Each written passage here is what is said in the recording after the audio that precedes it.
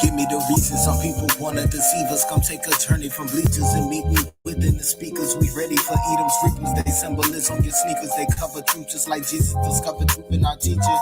As some brothers I would die for, separated like teachers. Say they denounce religion and life suggests they believe it. This ain't your everyday running the mill type of sequence. Consciousness comes in waves and prophecy comes in seasons. Melanin's in my shade, the promises in the season. We a nation of priests, and here's the reason we really believe we kings. And take a slide to 1 Kepha 2:9, Shemot 19 and 5, 11 chapter Levi, the verse of 445. That's the reason I ride. That's the reason I could water you with rivers of life. That's the reason I could talk with you and put you on ice. That's the reason I should walk with you and keep you from falling. Let's spring to life. It was hard for me to be the one to bring this problem to you, but I believe that this the way it's gotta be. I know it's hard to see the things I bring, but homie, I assure you this is the only thing that I have left to bring. I had this brother, man, yo, he was my nigga, used to build on the kingdom, conversing on getting bigger. Feel like life done took its course in his mind, cause now we bitter. Tried to hit him with the scripture, but he hear it like a whisper. Think how I can open his eyes, let the spirit in these tears never come from his eyes, but from his lyric. His pride probably got him despising me, again I feel it. If you hate these words, then you hating on where I get it. In the instant I had to start to realize, crown ain't given to friends, but to the men who within the realize. Heart's desire, Yasha Allah be saved. Till Messiah, hope that Abba will raise us to a higher occasion. Take a look into your culture, you can see why you press. Ain't no hope inside your notes, just the pressure of death. Ain't no vision in your strife, and you imprisoned yourself. I lost one, but you're losing the deck. Lost souls.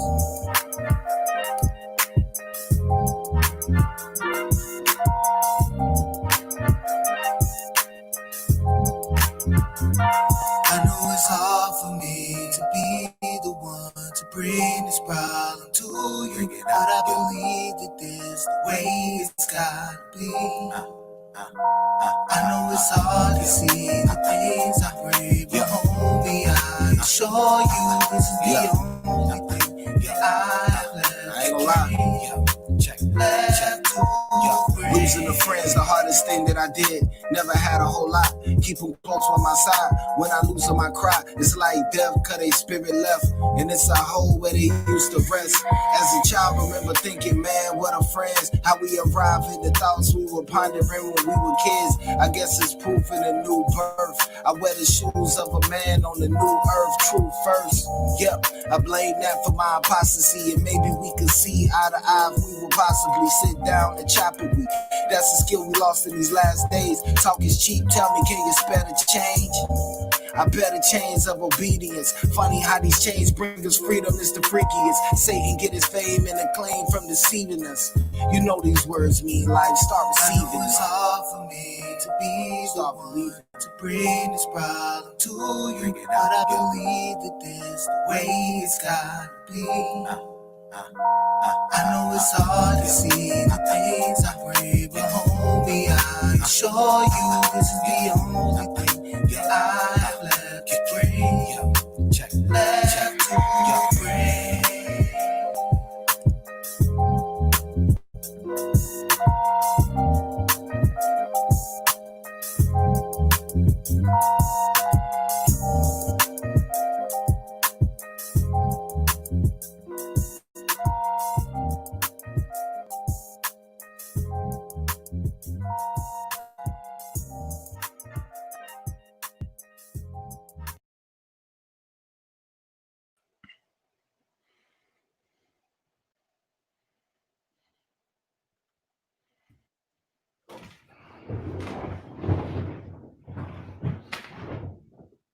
Shalom.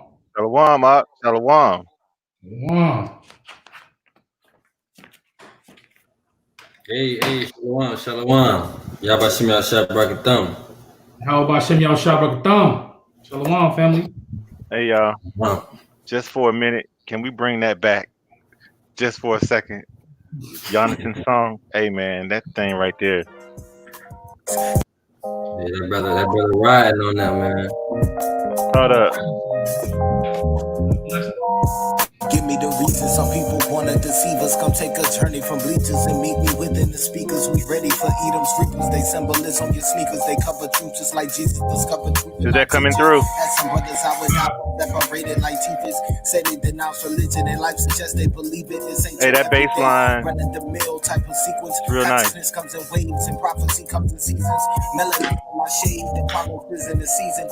We a nation of priests, and here's the reason we really believe we kings and take a slide to first chapter 2:9, Shemo 19 and 5, 11 chapter Levi, the verse from 445. All right, we're gonna move on. That's the reason I could water you with rivers of life. That's the Man, that's a nice song. Khan. All praises to that brother, man. He got talent, man. I love his music. Yeah, all praise to the That's Most brother High. Jonathan. All praises. All praise Hey, Shalom Israel. And first thing we want to do, we're gonna say Yahweh Bahashim, Yahweh Shah Barakatah. Khan. Han. Shem Yal Shabbat Yabashim Yashab Brakatham. All praises. I'm Manatazach, This is brother Aharan. So it's Yaiquab. and we're the Sons of Thunder Israelites, and we're coming to you tonight for another TNT Thursday night thunder. That's right, baby. TNT, baby. Bring it out. That's right. Hey, Hey, we come in week and week out, man, to bring y'all the current events, let y'all know what's going on in the world. You know, we want to edify you with some scriptures and lessons. You know, we want to talk Yahweh Hashem Yahweh Shah and lift up His name and glorify the Most High. You know, we usually bring out a thunder testimonials for inspiration, but I think today we're not gonna bring out the testimonials. Today we're gonna go into the current events, and we're gonna go right into some scriptures to edify you with. You know, the brothers done put together a great lesson, an informative lesson, an edifying lesson. You know, and we gonna talk as the oracles of the Most High, man. We gonna speak His words. that's right. That's right. All the time, huh? All right, so you know, there's a lot of stuff been going on the past week. At first, it kind of was a little slow, but it started picking up in the last couple of days. As far as things that are happening and new events that are actually, we have breaking news. Bring it up. We have breaking news. God. Let me pull it up real quick. That is let's see what we got. What did I do? Oh yeah, there it is. So we just got this article in Wisconsin. There was a sister, some white men poured kerosene or something on her. Pour lighter fluid on the system. Lighter fluid. Called her a racial slur and poured lighter fluid on it.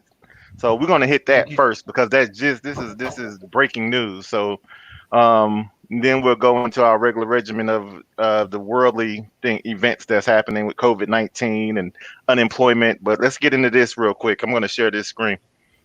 Stop screen. Share again with some audio. Boom. All right. So here it is right here. Now, I vetted this article and it actually did happen. So this is a report. So you all can find it actually on any news wire right now. It says Wisconsin police investigating after black woman suffered burns. Says white men tried to set her on fire. Now, every Thursday we come out and we say that right now we're in Jacob's trouble. We've been in Jacob's trouble. But things are amping up. Things are getting a lot worse for a lot of people. But I'm going to play this video, and then we're going to come out. Some more word. Hold on. I got to unmute that. It's in Wisconsin. All right. Here we go. The Madison, Wisconsin Police Department is investigating a Wednesday assault as a hate crime after 4 white men allegedly poured lighter fluid and threw a lighter at a teenage biracial woman. The police department said in a Wednesday incident report that, quote, the victim believes she was driving on West Gorham Street when she stopped for a red light at State Street. Her driver's side window was down and she heard someone yell out a racial epithet. The report adds that the victim, who has been identified in local reports as 18-year-old Althea Bernstein, said 4 white men used a spray bottle to, quote, deploy a liquid on her face and neck and then threw a flaming lighter at her, causing the liquid to ignite. Man. Wow, man. This is ridiculous. Hey, yo, that just shows, man, Esau's wickedness. You don't know who this young girl is. And she's a teenager. It's a teenage sister. Like, you just do this for what reason do you do this? Because of the color of her skin, the perceived nationality. Mhm. You know, it just shows Esau's wickedness, man. Yeah, man. You know, it's They come out of the womb wicked, you know, like the scriptures say, man. You can't do nothing about it, man. Esau is the battle axe of the Most High, and Esau is doing his job to the fullest, man. I can say that. yeah, you're the border of wickedness. The border, Where Esau is and his influences, wickedness is right there. And then you have Jake's like the coon last night, man, not believing in it, man. You bring this article to him, he doesn't believe it. He's against it. All right? He's against it. We're racist when we tell you to stay away from them. To stick with your own people. We're racist. You know? Hey, let me take one moment, man. Yo, I appreciate all y'all brothers and sisters who's on our chat. You know, who's watching right now, who watch TNT. Shalom to all of y'all, man. My sister Jetta, you know, I love you, sis. Brother Jonathan, you know, that's my bro right there. That's the brother who made that song earlier. Don't tase this Hebrew. A lot of y'all, I see y'all week in and week out, and I appreciate y'all support, man. We appreciate your support. Jermaine Scruggs, Adawan Yakum Yah, Shalom. Adawan. Tony C, Mayakaya, Adawan, Shalom. Shalom, Adawan, Shalom. Malakaya, Maya's Moon, Richard, Yahawada, brother Yahawada, Shalom. Hey, Shalom, Strong soldier in the camp. Malakaya, is that Malakaya? Shalom. If I missed anybody, Salakia, you want to jump into the current events that we got? Well, Salakia. Let's that video. We need to teach Israel. This is a teaching moment for Israel, and especially for all the Aqua. If you're traveling at home or you're traveling around, Salakia, and you are alone, roll your windows up. Don't let this happen to you. Make sure that if you're going into dark places or places that at night, make sure that they're well lit and that there are way more than 1 or 2 people around. We can protect ourselves in situations like this, so that way you won't be a victim to these damn heathen, man. And sisters, that goes for the brothers too.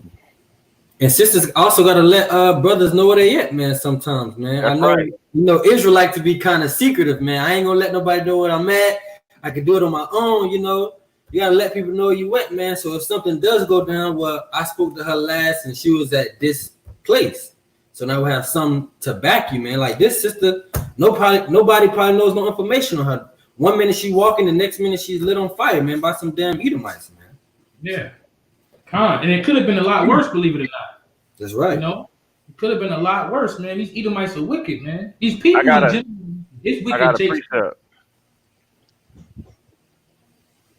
precept. Psalm 90. Salakia. Psalm 94, verse 23. He has brought back their wickedness upon them and will destroy them in their evil. The Lord our God will destroy them.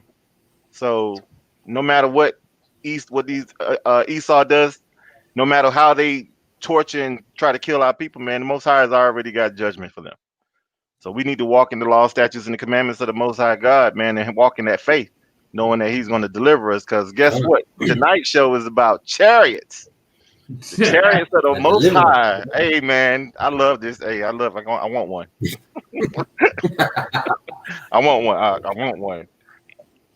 But Hey, real quick. Hey, in that same Psalms 94, get 21, verse 21. can you bring it out? You got it already? I'll bring it out. Yeah, bring it out. Psalms 94 and 21. They gather themselves together against the souls of the righteous. That's right. And condemn the innocent blood, man. That's what they do, man. That's right. That's exactly what Esau do. Exactly they gather themselves together. That's exactly what they're doing. Excellent precept. But man, it's a lot going on. But thank God we have notes in there. We're going to start in order. So I guess the first topic of conversation is going to be this COVID-19, and it's an update.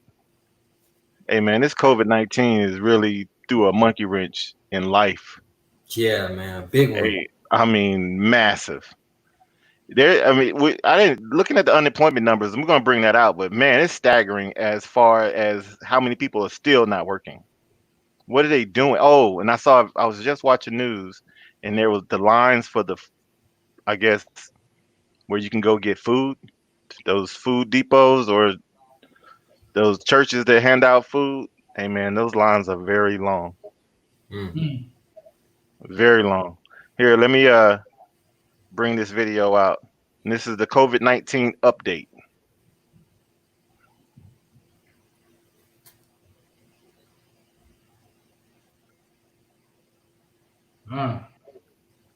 Man, she getting uglier and uglier every day.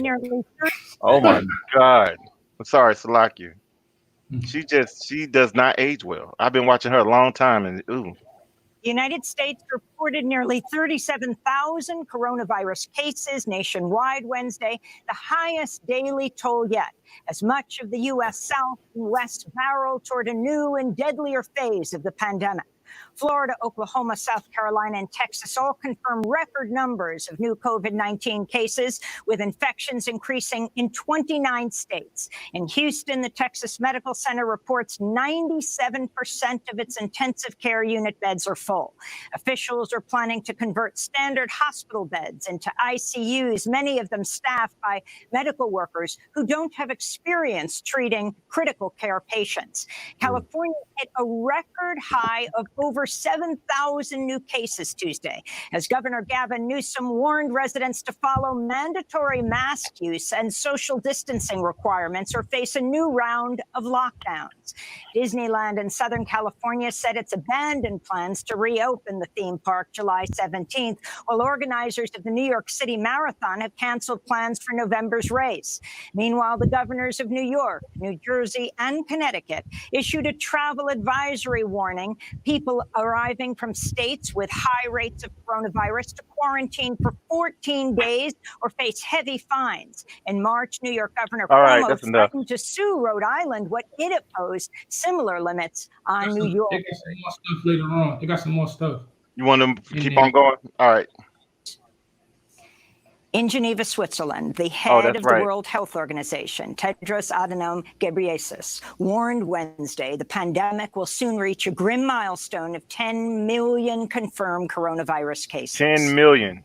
Look at those graves, the epidemic man. in general, it's still intense. It's particularly intense in central red as the mic, and it's across a range of countries. And we've seen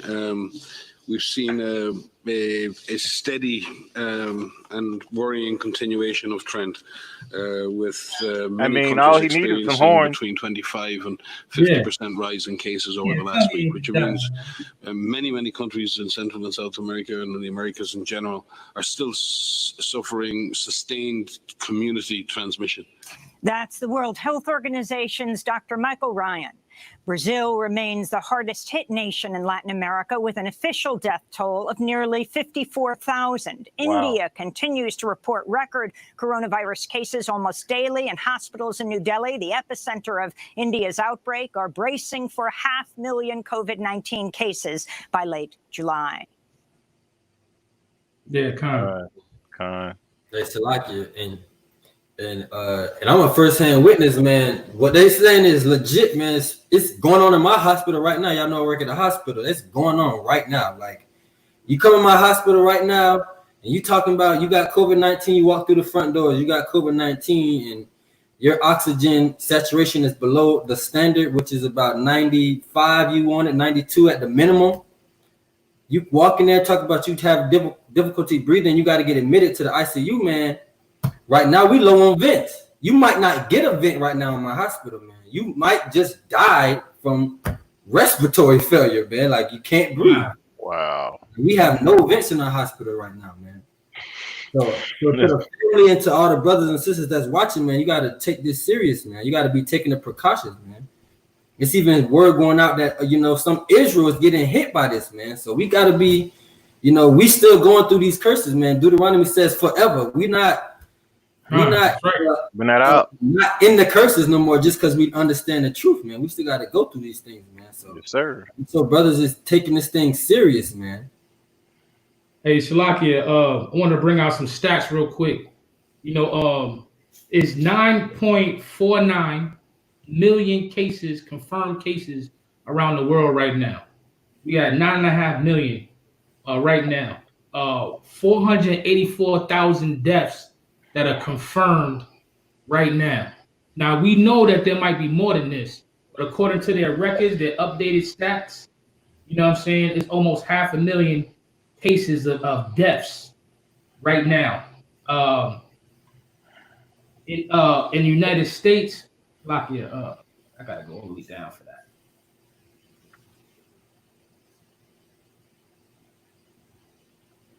I think we up to 126,000 deaths.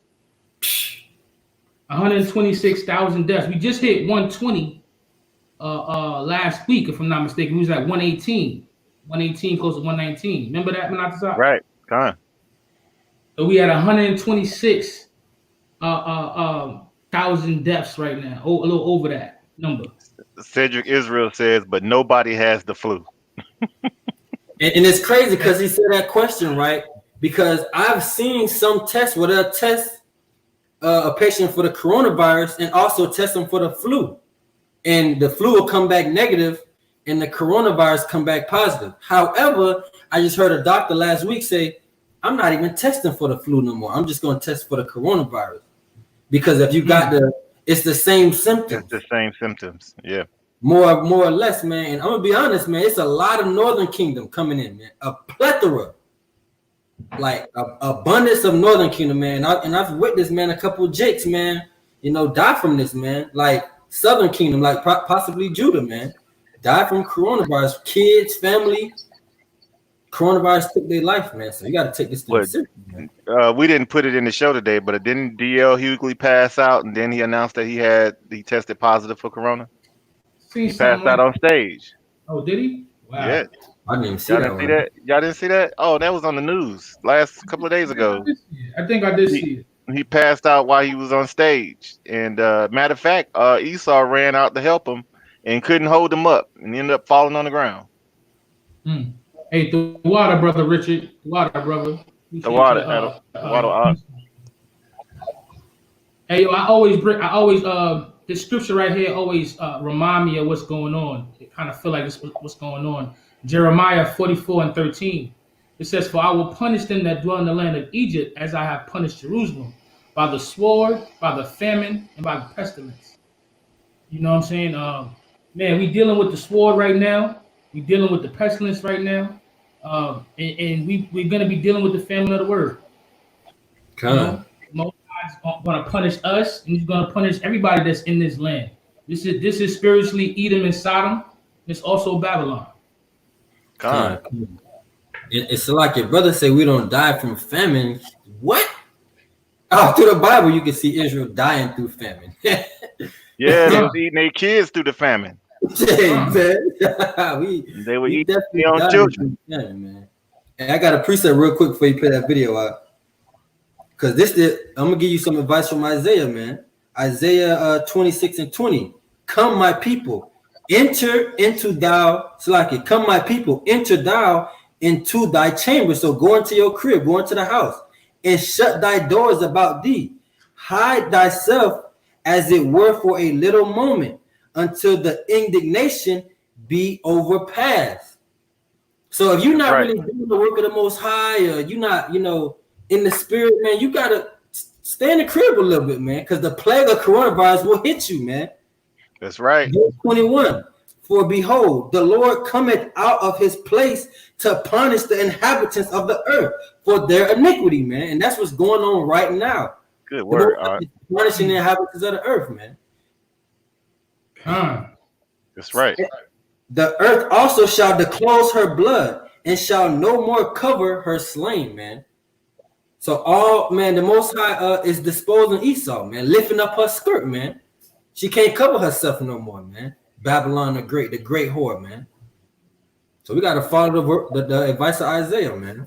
Malachi said that it was another NBA, Malcolm Brogdon, that announced yesterday he has corona. I know him. Yeah, he played for the Pacers. Okay. Yeah. Yeah, ain't no basketball. Ain't no football. Sports. They can't social distance in sports. And what they going to do? Play for an empty crowd? Come on. Yeah, exactly. That's what they want to do. They want to ring. They want to ring with an empty crowd. Oh, they have to appease the mob. And see, right now, the mob don't have anything else to do but sit on the computer and read news all day, either be it true or fake. So, and then now they're just ready to go out and protest because they have nothing else to do. So they got to throw them entertainment. That's how they did back in the day. That's how they did in the ancient days. They gave them, they fed the mob with Olympics and games. Mm-hmm. Hey, the brother don't taste this Hebrew, man. He right, man. You gotta, some brothers don't believe in the mask, man. Yo, put that mask on, man. For real, hey, man. Just in the stores, at least. I ain't saying to wear your mask now. We can't even go in the store nowhere here in Indiana that you can't go in the store without a mask on. They're not serving you. Hey, now inside the restaurants, you can go in the restaurants, but all the restaurant people have masks on. Man, so we've been out, but hey, it was no one sitting next to us for at least 20, 30 feet. Hey, Salakia,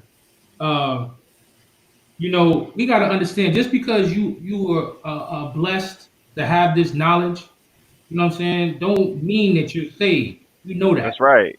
You don't mean that everything is done. No. You know what I'm saying? We still got a lot more work to do. And wisdom is a big part of it. But we have to understand that a lot of our people who dealing with this corona and dealing with these diseases, not even just corona, but heart disease and everything that comes with us being in bad health, you know what I'm saying? Is the Most High's judgment on us also. Mm-hmm. This is the book of 1 Peter, chapter 4, verse 17. It says, "For the time is come that judgment must begin at the house of God." Judgment got to begin with us. You know what I'm saying? And it said, "And if it first begin at us, what shall the end be of them that obey not the gospel of the Most High?" Finish. You know what I'm saying? They're going to get it 10 times worse. We looking at us that we're going to get it. We getting it bad right now. We getting hit with all types of afflictions. We getting hit with the sword. We getting hit with pestilence. But what's going to happen to them who don't believe, who not following the laws, who don't want to believe in the Most High? They're going to get it 10 times more. Just because it's not executed expediently, don't mean it ain't going to happen. That's right. You know what I'm saying? So it's part of our faith. We got to trust and believe in that too. What is verse 18 says? "And if the righteous scarcely be saved, what shall the ungodly and the sinners appear?" Oh, nothing, so we scarcely saved, man. Scarcely. The ungodly and the sinners, they out of here. So just stay strong. That's all I'm saying. Everything that's happening, just stay strong. That's right. So moving on with the topics, we got an article with newborn triplets diagnosed with COVID-19. That's crazy. Here, we're going to play that.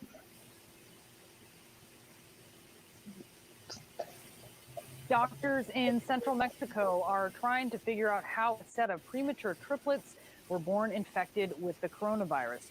Doctors say the babies are stable and, quote, evolving favorably, but how they contracted the virus is a mystery because both parents have tested negative.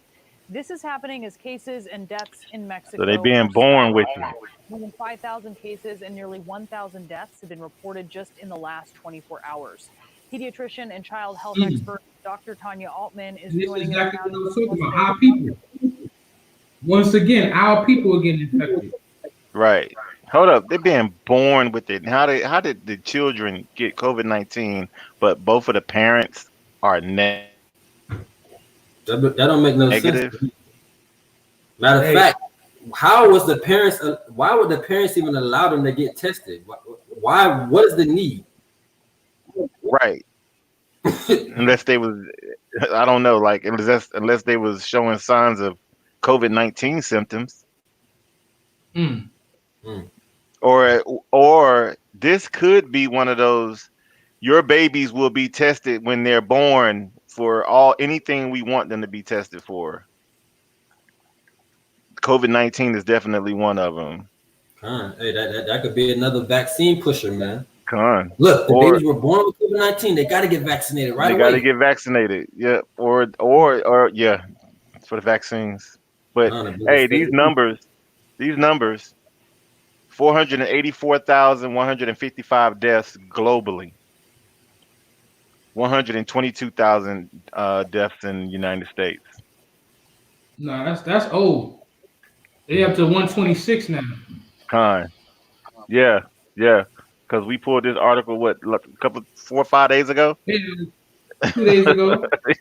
And the numbers have already gone up 400,000. Oh man. Yeah, but going up. So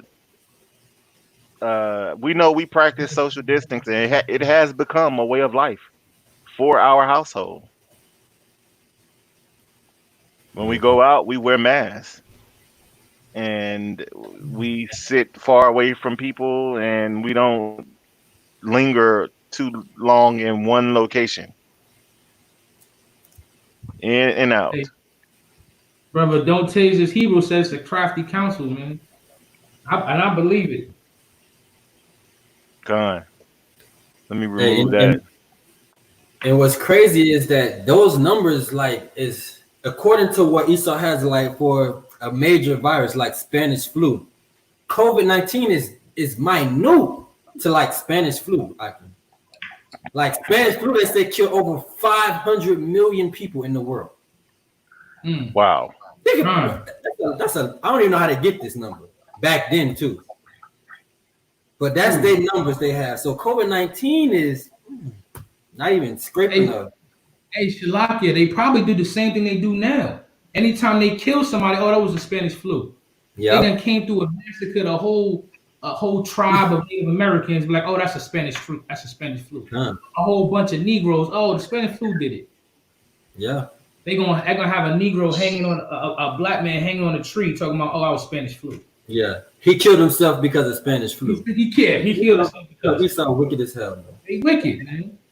Shalom, shalom, Shaquat. Shalom, Shaquat. He snuck in real quick, didn't he? He snuck in there like that. Hey, man, you got to announce yourself when you come in. No, I'm just messing with you. Just give me a second. I'm about to share this video. We all probably seen this. The earthquake over in Mexico. Oh, wow. I think over all these brothers on here. Let's see if it'll go past. Matter of fact, let me just, there it goes. It's messing with the PCs, man. The southern coast of Mexico Tuesday. There you go. Officials say at least one person died. Mexico City residents were forced to the streets as buildings swayed. So a 7.4 magnitude earthquake hit Mexico and only one person died. Wow. We have wisdom and understanding, though, that Most High caused a 7.4 magnitude just to get that one person. Hey. That's judgment.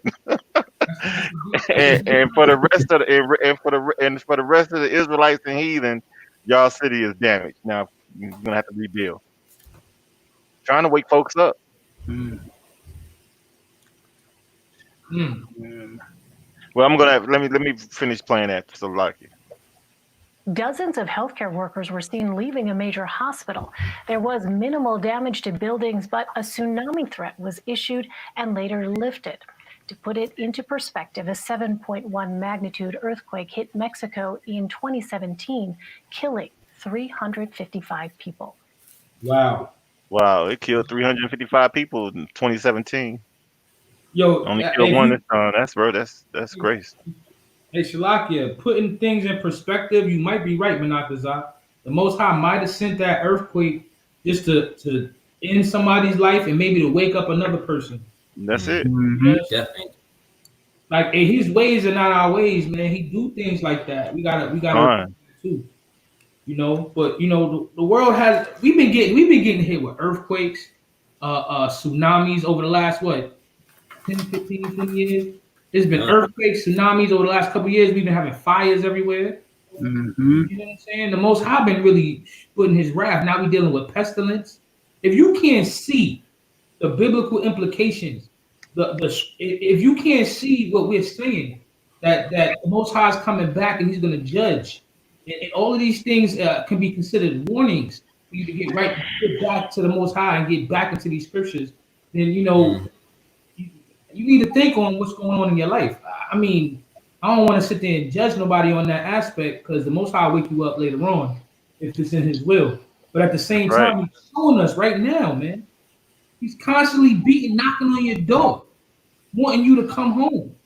They constantly inviting you to the wedding, inviting you to the marriage, inviting you to the supper. You know, constantly. And let's read it for him. I got the precept right here. Mark 13:8. For the nation shall rise against nation, and kingdom against kingdom, and there shall be earthquakes in diverse places, and there shall be famines and troubles. These are the beginning of sorrows, man. That's the time we in, man. That's right. The beginning of sorrows, man. We just in the beginning of it, man. It's the beginning of it. So much more to come. Go ahead, Shaquat. No, so I got a precept for you. Was talking about, you know, he might be trying to speak to people through this earthquake and through all the stuff that's going on over there. It's where is it? Deuteronomy 4:35 and 36. Bring it out. Unto thee it was showed that thou mightest know that the Lord, He is God. There was none else beside Him. Out of heaven He made thee to hear His voice, that He might instruct thee, and upon earth He showed thee His great fire, and thou heardest His voice out of the midst of the fire. So, like you're saying, out of all this stuff that's happening, you know, He might have took away one life, but out of that one life, the huge earthquake, you know, He might be waking up a bunch of other people. That's right. Hey, Shaquat, where you get that precept from? Who learned you that, boy? Hey, all praises that you was able to use it, bro.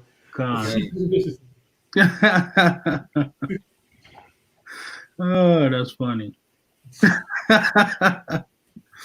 So, hey, I know you all heard about this huge dust cloud that's already affecting New Orleans. It's supposed to come all the way up northern Chicago, Illinois. It's going to cover most of the Midwest. I heard it's supposed to hit the Southeast too. Say it again.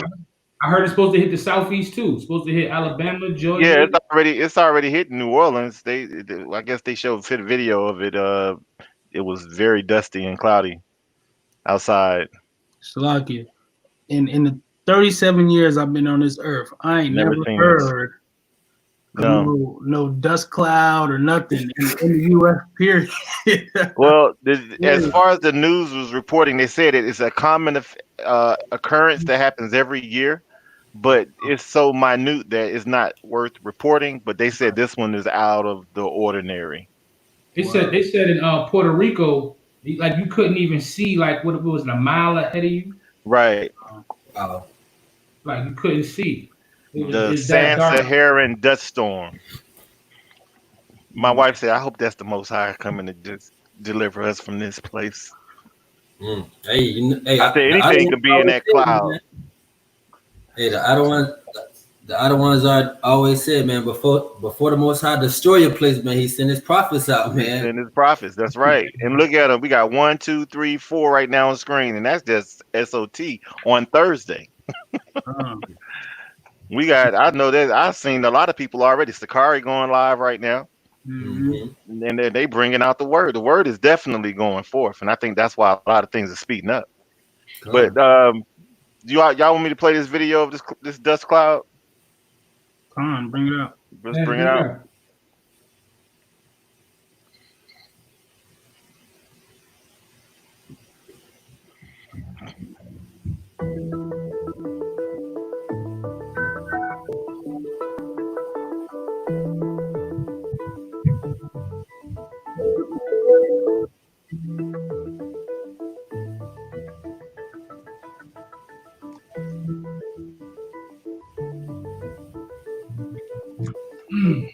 So it normally disperses in the ocean. Not this time. Wow, that's Puerto Rico. Beautiful place.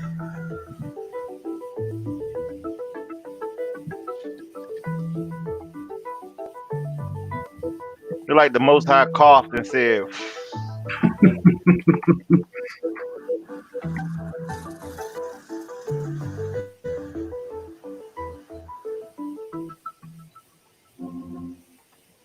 Hey, you know what that remind me of? Flockia, you know what it reminds me of? That we dealing with right now. We dealing with some of the plagues that hit. You know what I'm saying? Egypt. Absolutely. And, I know it's not the same, but if you remember, right, we got hit with a plague of lice. You know, lice are so small, man. And imagine trillions of lice coming through. You know what I'm saying? Trillions of them. Wouldn't it be like a dust cloud? I'm just saying. I'm not saying that this is lice. I'm just saying it just resembles. You mean locust? No, lice. A plague of lice. Came too. A plague of lice? Exodus 8. Yeah, Exodus 8. Wow. Yeah, that would be interesting because lice, don't they live in your hair? They're like little worms. I don't know if they grow wings, but if there was a plague of lice, that means there's a lot of lice. Most high. You know what they say, man. You know they say black people don't get lice, man. Right. Tell the Egyptians that. Hey, I'll bring it out for you. It's Exodus 8:16. It says, the Lord said unto Moses, say unto Aaron, stretch out thy rod and smite the dust of the land, that it may become light throughout all the land of Egypt. Man, that's what he did. That was one of the plagues. I mean, we had a plague of flies. You know, we had a plague of locusts. We had a plague of hail. We had a whole bunch of plagues. Boils on our skin. I'm just saying, it just feels like we're moving in that direction. You know, the plagues is hitting us up again. Hey, but what the scriptures say, we will no longer say the Most High delivered us out of Egypt, out of the land of the north. That's right. So we got to make new and terrible plagues for this place, man. Egypt, it was, I think, them plagues weren't good enough, man. Yeah. He needs a plague for Babylon now. Crazy. New things.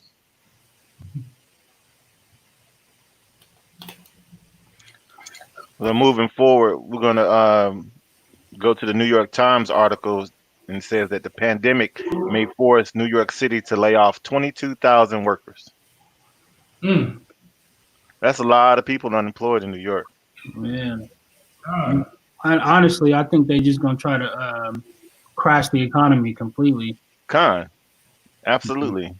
That's the best way to bring anarchy and confusion and martial law. Well, not even just that. I mean, you crash the economy, and the American dollar is already trash anyway around the world. Some places don't even accept it. Don't want to accept the dollar anymore. Because they can just pull trillions of it out of thin air. Right. You know, they crash the economy, the dollar is lost, and they start a whole new currency.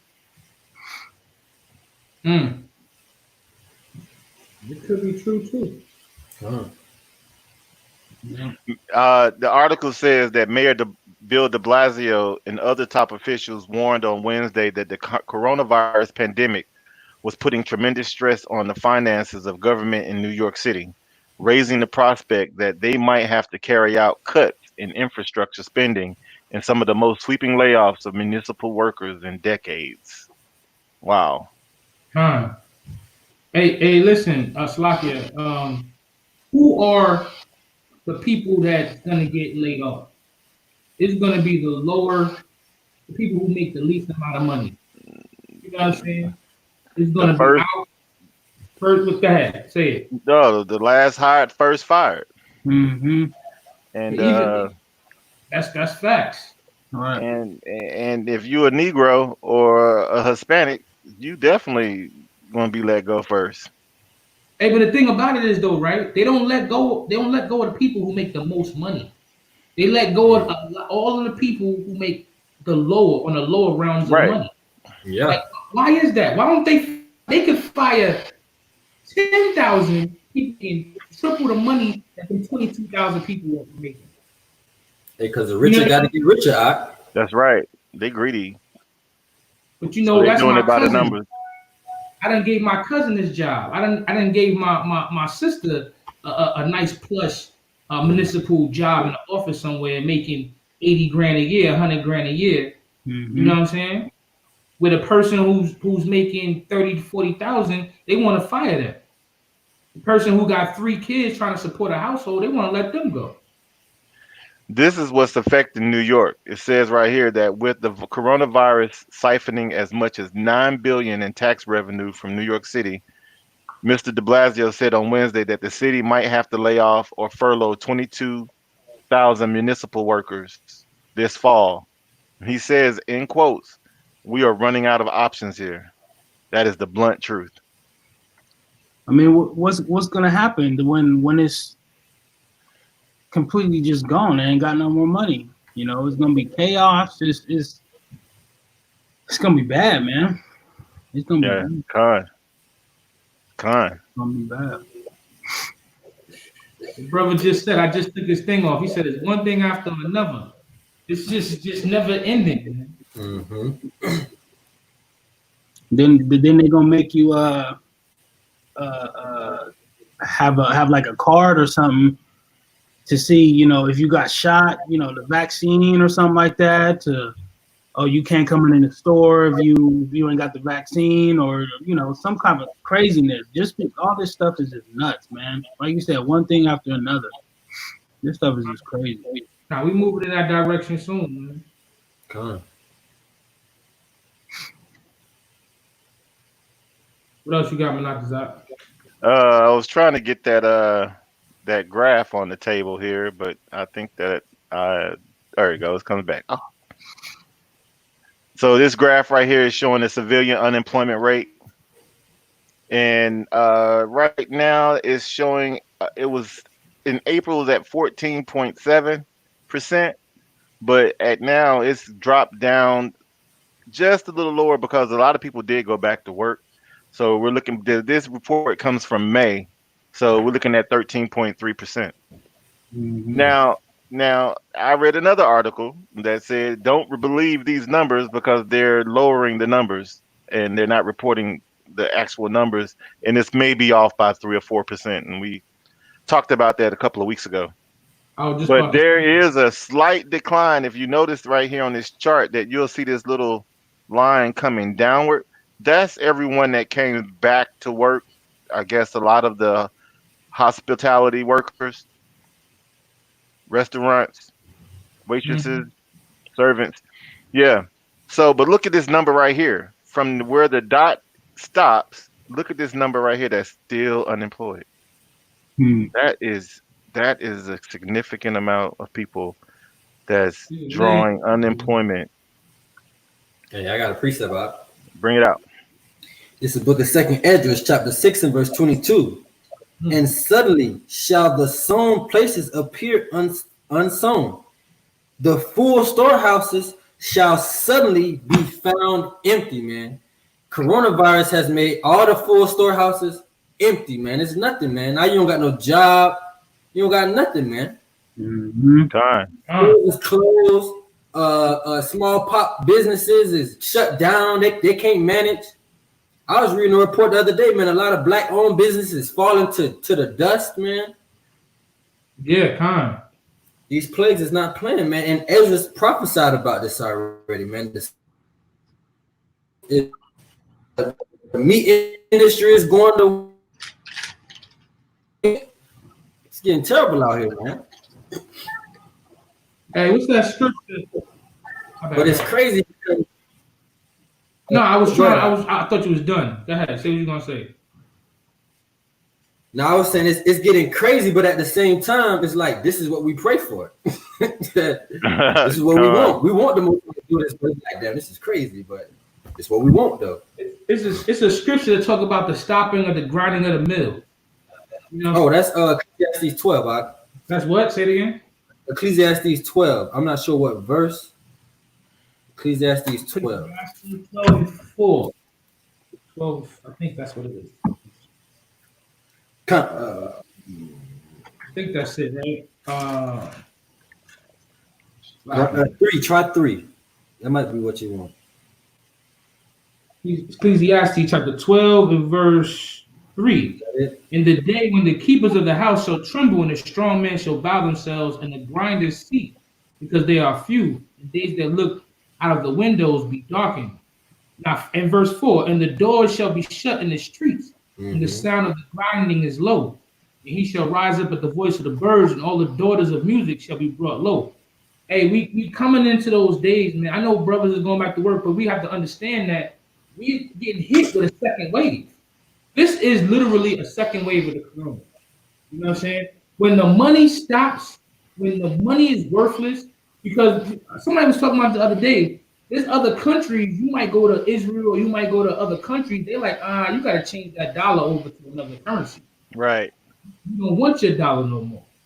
You know what I'm saying? So it's a trickle-down effect.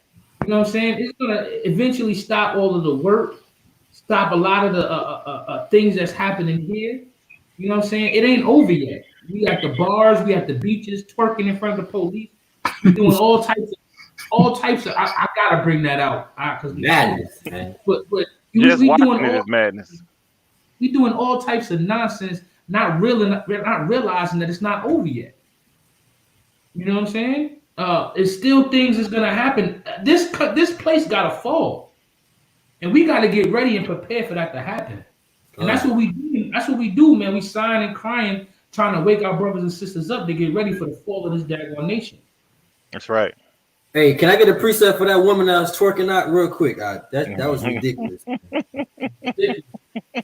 Hey, the Ottawa. We brought it out last week. Go ahead. Hey, the Ottawa gave me this a while back, man. He showed me his preset. Proverbs 10:23. It is a sport to a fool to do mischief, man. That's right. What our people do. It is a sport. It is a sport for our people, man. To be twerking in front of the cops. The brothers was break dancing in front of the cops. Electric slide. What about somebody was crumping? They crump dancing. What are you doing? Oh, we don't even talk about the damn sodomites. Oh man, the sodomites how are the sodomites leading the marches, man? But the scripture keeps going. But a man of understanding has wisdom, man. And we know wisdom is the fear of the Lord, man. Our people out there ain't fearing the Most High for nothing. Because they don't want to keep the commandments, period.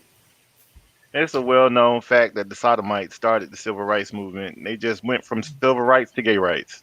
So, and they've been leading the way ever since. I don't want Eliel bring that out all the time. He bring that out all the time. Said the dude who backed Martin Luther King up was a sodomite. He was actually arrested as a public record that it's his arrest for being in the park with another man. He got caught by the police. That's well known. I can't recall his name is RB. Yes, something like that. We're gonna have to bring that out one day. We're gonna have to bring that out. Yeah, man, we can go in depth and expose the civil rights movement. Oh yes, let's do that. Go from civil rights to the Black Lives Matter. They'll delete the channel. Oh yeah, yeah. Let's All right, but this video right here is the hospitals are firing people, so we're gonna bring it out. Meanwhile, the New York Times reports that dozens of major hospitals that receive billions in government bailouts through the CARES Act continue to furlough, fire, or cut the pay of tens of thousands of workers, even as their CEOs receive pay packages of tens of millions of dollars. Wow. Hey, that was short, but I said a lot.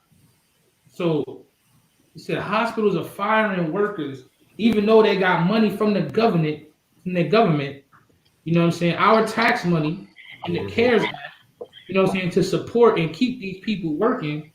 And the top people, like we were just talking about, those 22,000 people getting fired, and the top people still gonna keep their jobs. These top people in these hospitals are getting bonuses of tens of millions of dollars. They need to fire the people that work at my hospital. Hey. Yo, it don't matter what position or a job you have.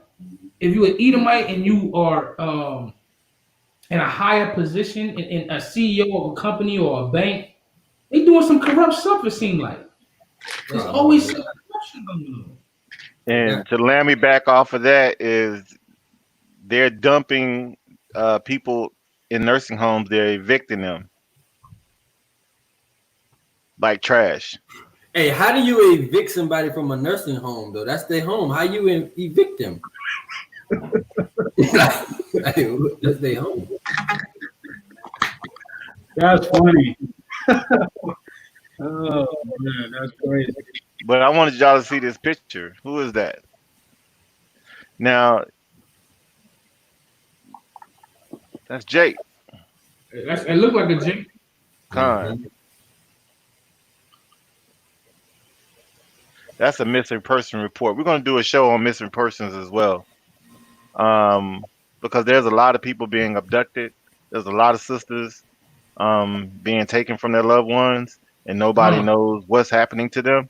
And we're definitely going to bring out a show to bring awareness and to let these families know that we are watching, and we want the world to know and bring it out that these things are happening.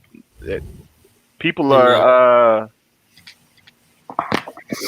being attacked right now. It's happening. We had 2 hangings in California, and then right after that, one of the brothers that got hung. Didn't he have a brother that got shot by the cops the very next day or 2 days later? Mm-hmm. Hey man, something fishy going on over there. Yeah, it's getting wild. Shalaka, these people need to know that there's people who care for them, man. Whether they be the citizens or it be our sisters or our daughters, they need to know that somebody cares about them. Somebody's there for them who's going to actually look for them. They was letting them people out of the senior citizen homes and dropping them off in hotels and leaving them there. You know what I'm saying? Because it's not put them out on the curb. Put them out on the curb. Put them on the curb. Have people with dementia just wandering around the city. You know what I'm saying? Because it's not profitable. Because Medicaid don't pay as much as Medicare, or it don't pay as much as somebody who has personal health insurance. Or sometimes you just might not have a child who's there checking up on you because they wasn't allowing people to come into the nursing homes during the COVID-19. So who's checking up on these older people? Nobody. They have nobody to check on them. And so they threw this guy out, and he has dementia, and he has no place to go and not even know where to go. And that could be somebody's grandfather. That could be my father. You know what I'm saying, man? Esau wicked, man. Their kingdom is this whole kingdom is nothing but rags. That's it. It's trash. That's why it's trash. I don't desire this place no more. Because there's no righteousness in it whatsoever. But people will rejoice when the righteous are in ruler. Hey, let me tell you something, Aslakia. Let me tell you something, right? We're gonna move on, right, Manatazach? Con, I'm finna move it to the next one. Let me say something real quick, right? It's evident, right, that as much as you want to join hand in hand with Esau, and as much as you want to be their friends and be equal with them, they don't like you. No. They don't love you. They don't care for you. You know what I'm saying? We have to be the same. We gotta stop loving our enemies and our oppressors, man. There are more and more evidence showing that they don't want to be with you. They just want to be around you when it's beneficial for them, or when they feel like it's beneficial for them. Or let me show I'm not a racist and let me walk with you and burn down the buildings and burn down the cars like we brought out last week. Let's show them. We got. Let's show them. You. Hey, let's show them. Here we go. Let's show them how they love us.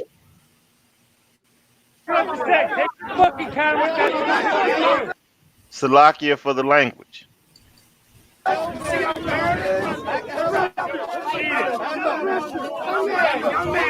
So these are some Italians getting into a confrontation with Black Lives Matter protesters. And with that, there's nothing else left to be said here. Your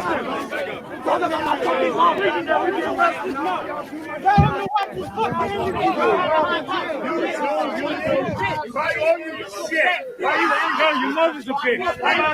Get out of here, boy. Get out of here, boy. Get out of here, boy. Get out of here, boy. Hey, dog, that was a one-hitter quitter right there. That's how they feel about you. Look at Ada Mike. Get out of here, boy. You can't even go into slavery, that one. I didn't tell you to get it. Take him off. Get off. Get off. Why are you so angry? I'm so angry. I asked you. Get off. Why are you so angry? Not here. They do it here. Go back up the fucking organization. Not here. Not here. This ain't Seattle, motherfucker.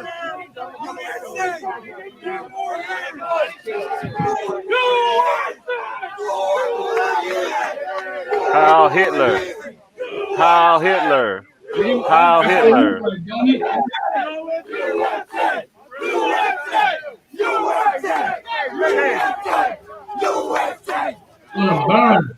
Gonna burn. Hey man, that's the devil right there, yo. That's the devil. Look at it.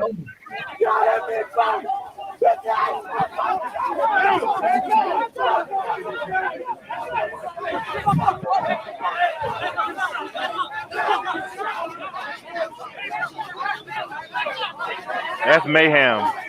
It's mayhem. Right. I bet you would be the so-called black man to be the one to get arrested. I just seen the so-called black police was on the ground. We don't matter? I don't matter? You don't matter? I'm asking you. Do I matter to you? Don't play that narrative with me. I'm asking you a question. Don't play that narrative with me. I'm asking you a question. Everybody fucking So matters. why are you doing that? Because this is bullshit. These guys fucking matter. We know they matter. You want to get into a narrative? We already know they You guys get the wrong fucking narrative. You're fucking wrong. We already know they matter. Okay, what? I know What's the fucking problem? I know you matter too, but do I matter? What is the problem? But do I matter to you? You absolutely do. Please don't touch me. Don't tell me I'm touching. I didn't fucking You touch did touch asshole. me. I'm just asking you not You to all touch me. fucking matter, but these guys matter more than you fucking. So You heard him, right? They matter more than you. He said these guys matter more than you. Yes, More sir. than I matter. That was what you said. You did. I could do instant replay. Yo, man. Hey, we're gonna need 4 horses for him. Then make a garment out of them. Yeah, we'll just let me stop. Let me stop. You know the ill thing about it is, like Manatazach had told me earlier, some of these Italian people are Israelites and they don't know it. You know, we was all up in Italy, especially Sicily, certain places like that. Mm-hmm. We was all up in there. You know, especially during the time of the reign of the Moors. And during World War II, a lot of the brothers stayed over there and had children. I mean, and that's been going on since even Yahushua's time. There was Romans, there was blacks living in Rome. Yeah, that's fact. So, I mean, but all Israel ain't Israel. So the spirit of them is still wicked. So, and but I mean, a lot of them, some of them, some of them are gonna wake up and come to the truth. That's real. The four corners of the earth don't stop in Italy. Hey, and a lot of them with the brothers, don't tase as he will say, and a lot of them gonna be 2/3 that's gonna burn. Especially, you know what I'm saying? They gonna burn. The brothers say all lives matter, but their lives matter more than you, right? More than yours. The brothers kept asking them, "Do my life matter?" That's always. I guess your life matters to a degree, but you know what I'm saying? Like this is what I got from that dude. Yeah, your life matters, but not as much. Oh, we're gonna keep showing Israel. We're gonna keep showing Israel and the 85 people that's watching, how much Esau loves us. Bring it out, Doc. Come on. This is a white Black Lives Matter protester calling a black cop the N-word to his face.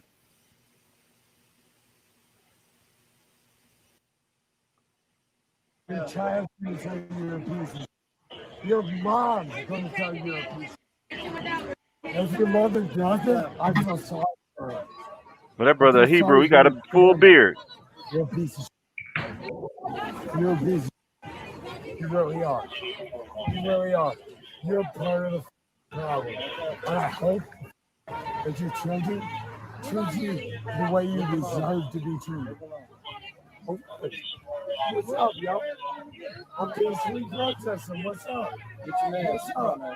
I'm peacefully protesting. Don't take it, your man. I'm the one that cleared the street. Hold up. Did y'all see that black hand on this brother? Or on this? Hold up. Hold up. Look. Hold up. Get that off the screen. Right there. What is that? Jake. Is that Jake? Look like Jake. Pulling Esau back. Like, come on, bro. Come on, man. Jake love Esau, man. Yeah. When Esau don't love Jake, Jake love Esau. And Jake will pull Esau out of trouble. He will carry him on his shoulder with the fireman carry. Hey, man, he'll carry him in his arms like this, like like you carry a bride through a door. And that cool from last night with a love for Esau to say, "Get on this horse with me." Ride off. Yeah. Hey, but cool with a love that man.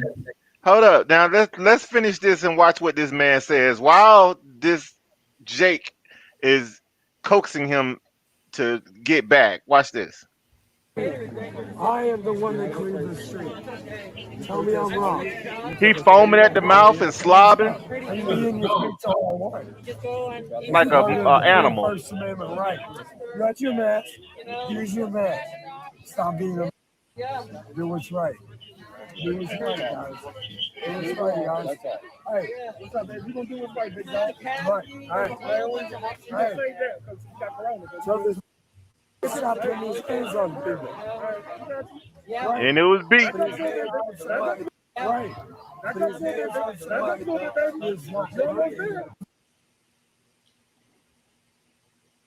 Yeah.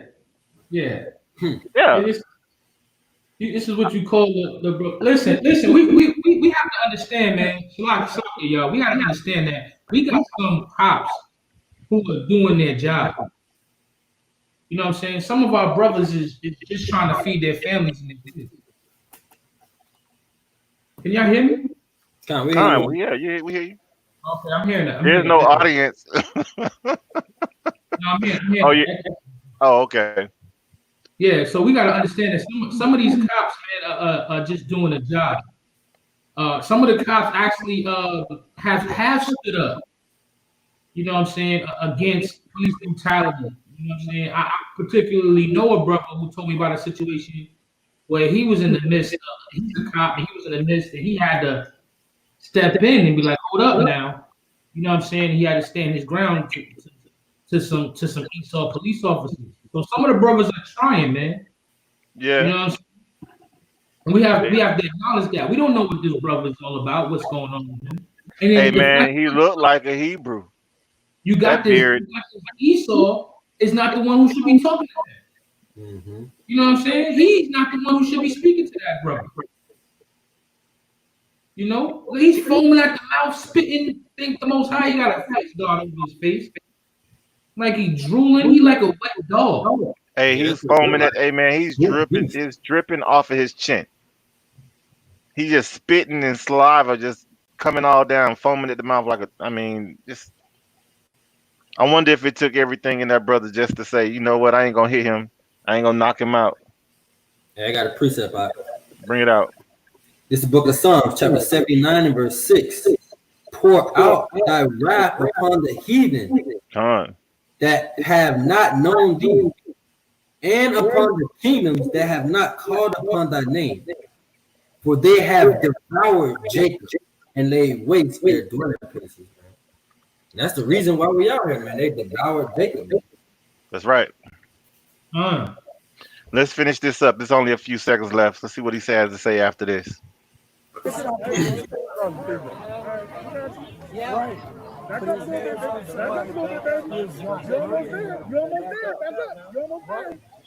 The brother got locks too. Yeah, I see that. He got a beard. He got beard and locks.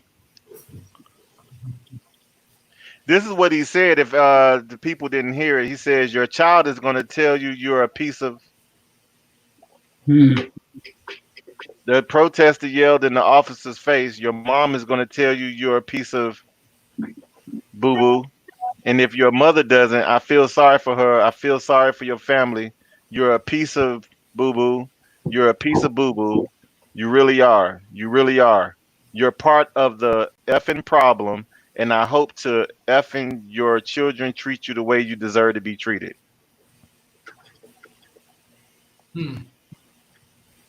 I also say that man probably is a little intoxicated. And the rest, the next paragraph showed what he said. What he said to Jake. Too soon. Too soon. Too soon. I seen that, Yaqua. That next paragraph was talking about what he was saying. You. I don't even want to repeat it. Female dog. You know what I'm saying? And calling them out of his name, calling them a byword that they've been calling us for centuries. That heathen was disgusting, man. Hey, that's what you call an abomination, detestable. You couldn't sit him next to your dogs. See why Job said that, man. Nah, this dude, he need to be on a chain. The dog's watching him. Hey, the brother Don't Tase This Hebrew brought out the scripture. The book of Psalms, chapter 79, verse 5 and 6. That's what I just read. You just read that? Come. Oh, okay. Shalaki, my bad. Bring it out again, though. Bring it out. That's the spirit. How long, Lord, wilt thou be angry forever? Shall thy jealousy burn like fire? Pour out thy wrath upon the heathen that have not known thee, and upon the kingdom that have not called upon thy name. Come, man. Call out thy wrath upon the heathen, man. Destroy them. Destroy the heathen, man. Man, happy. Hey, the water. What's high credit? Yo, much love to you for your donation. Hey, man, they have been just wicked, man. God. Oh. And then, but you got a wicked one leading them, so he just made it worse for everybody. Yeah. God. Let's talk. What he's talking. This is what he's planning to do. With everything going on, he wants to protect the statues of General Lee and. In Durham, North Carolina, this week, a statue of a Confederate soldier in place since 1924 was pulled down by protesters. In that same city today, a statue of Confederate General Robert E. Lee on the Duke University campus is vandalized. Somebody In shot Baltimore, that thing up. Wednesday, 4 monuments to the Confederate era are taken down in darkness overnight on orders from the mayor. She says it's in the interests of public safety following this. The street violence in Charlottesville, resulting in a young woman's death. Tonight, analysts say that event and President Trump's pronouncements out of it have taken an uncomfortable American predicament to a new level. The debate over the Confederate monuments has accelerated unimaginably. Fueled by President Trump's controversial handling of the aftermath in Charlottesville. Today, the president tweeting, quote, "Sad to see the history and culture of our great country being ripped apart with the removal of our beautiful statues and monuments." What culture is he referring to? Right. So far, the White House hasn't explained. I can't say the water, Johnny Smith, the water for that. When he says culture, but I think we can probably infer that it is something that I heard as a boy growing up in a little town in the Mississippi Delta. Segregationists who were coming out and saying, no, we can't have black kids and white kids attending school together because it will destroy the culture of the South. It will destroy a way of life. President Trump has seized on the events in Charlottesville to make a case that hits at white identity politics. George Washington was a slave owner. Was George Washington a slave owner? So will George Washington now lose his status? Are we going to take down, are we going to take down statues to George Washington? President Trump also tweeted today, this devil is proud. Is there merit to that argument? Pulitzer Prize winning author Douglas Blackman says it's more complicated than that. They are not memorials to the Confederacy. They are expressions of white Southerners' message in the 1910s, the 1920s, when they wanted to make it very clear to black Americans that they were never going to be able to vote, they were never going to have access to the courts, they were never going to be real citizens. Hey, Shalakia, I asked this question to Manatazach earlier. Why does when there's a war and a side loses the war, why do you build up monuments to the generals who lost the war or the leaders who lost the war? I mean, what purpose is that? So where do they do that at? You remember that phrase? Where they do that at? Where have they ever done that? Where have they ever done that? They don't put any statues of our people because we've lost the war. You know what I'm saying? What they do is they put up statues and change the faces. That's what they do. They whitewash the faces of the judges thereof. You know what I'm saying? But I never understood that. Why are these statues even up? And they're all over the world. They were doing the same thing in England. Yeah. They was bringing down statues there too. They need to tear down that big old Jesus statue in Brazil. Yeah, that's the one that need to go. And they tear that down, I need an earthquake to do that one. For real. Hey, all joking aside, yo, if they tear that statue down, the people in Brazil will go crazy. Go nutball. The people in South America who love their white Jesus will go insane. I mean, come on, man. The Catholic Church did such a horrible job to them, man. That's what they believe in, man. They believe in that. What is it? Cristo Blanco? Cristo Blanco. Yeah, they believe in that, man. They believe in Jesus with the perm. That's what they believe in. And the Buddha thing with the hands up and the 2 fingers up, man. You know, they believe in that. But, you know, I mean, I never believed in that. But at the same time, you know, we destroy it too, you know. So I just hope at some point in time, our brothers in the Northern Kingdom can wake up.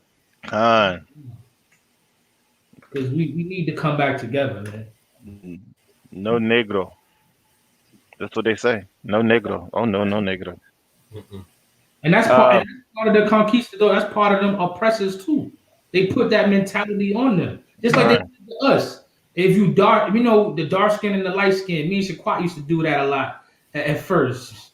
You know, I grew up like that. You know, if you light skin, you know, it was you get on the dark skin people. You dark skin like, oh, this light skin dude. It was implemented onto us. Separate us, yes. separate us. It's the same thing that happened to them in South America, man. Con. Speaking of knocking all these monuments down and stuff, all these statues, I got a precept for Isaiah 19:1. Said, "The burden of Egypt, behold, the Lord rideth upon the swift cloud, and shall come into Egypt, and the idols of Egypt shall be moved into his presence, and the heart of Egypt at his presence, and the heart of at Egypt his presence shall melt in the midst of it." So he's saying that all this stuff is gonna be knocked down, all these idols and stuff. They coming down one by one. That's right. We gotta go. So in the midst of the idols coming down, if you knock one down now, you can get 10 years in prison. Chaos broke out in Washington, D.C. Monday night after park police in riot gear descended on anti-racism protesters in Lafayette Park, deploying pepper spray and rubber bullets. Protesters attempted to topple a statue of Andrew Jackson in Lafayette Park, which is steps from the White House. Trump has previously cited Jackson as his favorite president. Jackson was a slaveholder who in 1830 signed the Indian Removal Act, forcing 16,000 Native Americans from their lands in what became known as the Trail of Tears. Y'all heard that, right? The Indian Removal Act. We know that was the indigenous people movement. They moved them people across what? Tennessee, Georgia, Tennessee, Missouri, the Trail of Tears. A lot of them actually ended up in Oklahoma. Yeah, kind of. And that's where they created their own economic system. Black Wall Street. And did we play videos of that yet? Have we got into that? No. Yeah. Well, there's a show called Watchmen, ironically, on HBO. The very first episode for the first season shows a depiction of what they actually did in Tulsa. If you haven't seen it, check it out. Oh yeah. I remember that. They showed people dropping bombs from planes on top of houses from biplanes. Planes hadn't even been around 20 years yet. Well, maybe 30. But those planes, man, they was dropping them from the planes. They was shooting kids. They was just killing all the people in the street. Hey, it was people in Tulsa, Oklahoma that grew up in Tulsa, did not even know that Black Wall Street was there. They have no idea. They was like, what? Black people had businesses and houses. They had no idea that Black Wall Street existed there at all. Wasn't what was it? Aharan, Central Park was like that too, wasn't it? Central Park. Central Park was that was Negroes lived in Central Park in New York. Yes. And they moved them all out. It wasn't just Central Park. It was the island of Manhattan. The whole island of Manhattan was ran by a tribe of Native American, black, dark-skinned Native Americans. I can't think of their names, but the name Manhattan derives from the name. We need to bring that out. We need to definitely put that together. They sold it. They sold it for like some beads because they Seneca tribe. Yeah, Seneca is up there. Yeah, because I lived in New York. There's definitely Seneca Valley.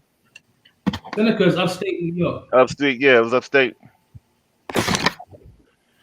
But 10 years in prison if you bring down the statue now. Let's finish. I want to finish playing President Trump this morning tweeted he has, quote, authorized the federal government to arrest anyone who vandalizes or destroys any monument, statue, or other such federal property in the U.S. Oh, wow.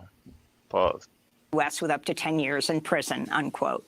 Meanwhile, in Jackson, Florida, named for Andrew Jackson, a statue of Jackson was vandalized with the word slave owner spray painted at its base and red paint poured on its head. Hey, people get tired of seeing this stuff, man. Yeah, man, it's happening so much. It's Man, the Most High is just putting it right in our face. These are the Edomites. Hello, like this is the devil. This is the devil right here. You haven't known. Look how Trump put 10 years for taking down a statue, but he didn't want to speak on how long the officer should get for killing George Floyd. Good point. But you know for a fact, 10 years in his tweet. I mean, he want to put in his tweet, you're gonna get 10 years for doing that, man. He's a hypocrite, man. He's a straight up hypocrite, man. Prideful hypocrite. He's red and orange. He's so many things, man. Probably hiding his horns underneath his funny looking hair. His tail too. Mm-hmm. Did you guys see the article? I think it was today. It was about the 3 police officers who said, I don't. Yeah, we're gonna get to it. Okay. Look at Shaquat just jumping ahead of time.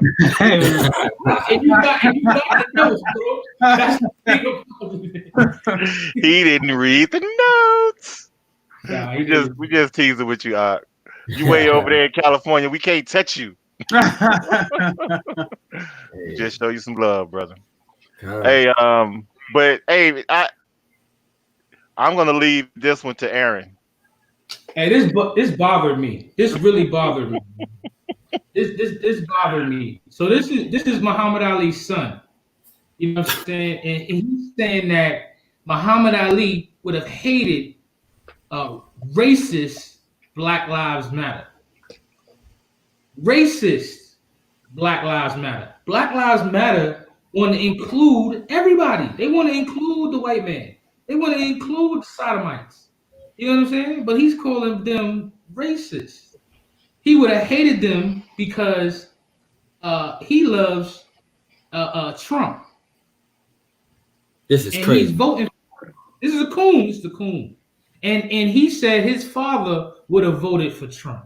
Wow. And you need to make the raccoon come up real quick out on the screen and come and leave. How they do that? Hey, can we give him the coon of the week? Hey, Khan, this is the coon of the week. We'll give him coon. We'll give him coon for the coon of the week. I gotta make it. But I mean, he said that his father would be against Black Lives Matter and will vote for Trump. I wouldn't say anything what my dad would do if he was on, especially voting for Trump. Why would you admit something like that? Hey, Shalaka, we talking about Muhammad Ali. We know a huge part of his life. Come on, man. He rejected the draft. You know what I'm saying? He marched for injustice in many different instances. Hey, man, he joined the FOI, man. He joined the Fruit of Islam. Come on. I mean, listen, I'm not for Islam, but at that time, he joined the most radical organization that was out there. Right. You know what I'm saying? That was supporting their own people. And they were at that time they were supporting black people in America. And those black lives at the time were mattering. How would he what? Like, anyway, why would you come out and say this? Why would you? He knows his dad better than us. But you know what? This is one of them people who nobody knows who you are. Nobody knows who you are. So you want to take this stance in this time to use your father's legacy to boost up who you are, so people can actually talk about you. Because it makes go ahead, I feel like you. Nah, it just go ahead. It makes no sense. Can I read this right here? It says it's not just Black Lives Matter, white lives matter. Wow. Chinese lives matter. All lives matter. Everybody's life matters. God loves everyone. He never singled out any. He said he never singled out anyone out. Killing is wrong, no matter who it is. Ali said during an hour-long interview with the Post. Hey, can we cut that, please? Yeah, cut that. But for y'all don't think that's his son, that is his son. That's the same dude that's right here. The same guy. That is Muhammad Ali's son. I've seen other pictures of him. Hold on, I gotta read this part right here. It says, I think Trump is a good president. My father would have supported him. Trump's not a racist. He's for all the people. Democrats are the ones who are racist and not for everybody.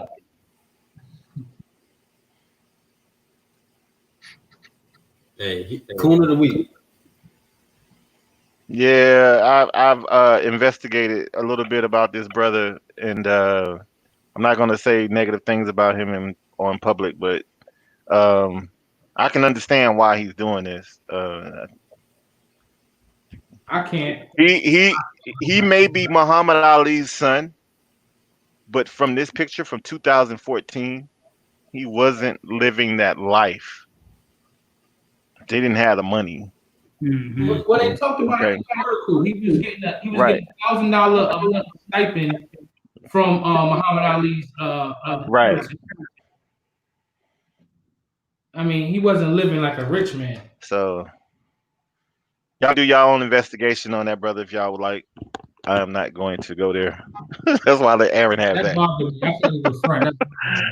It bothers me too, man. It bothers me too that people that you would jake out and defend all lives matter, because we know that all lives matter is a racist movement as well. Hey, this next thing bothers me too.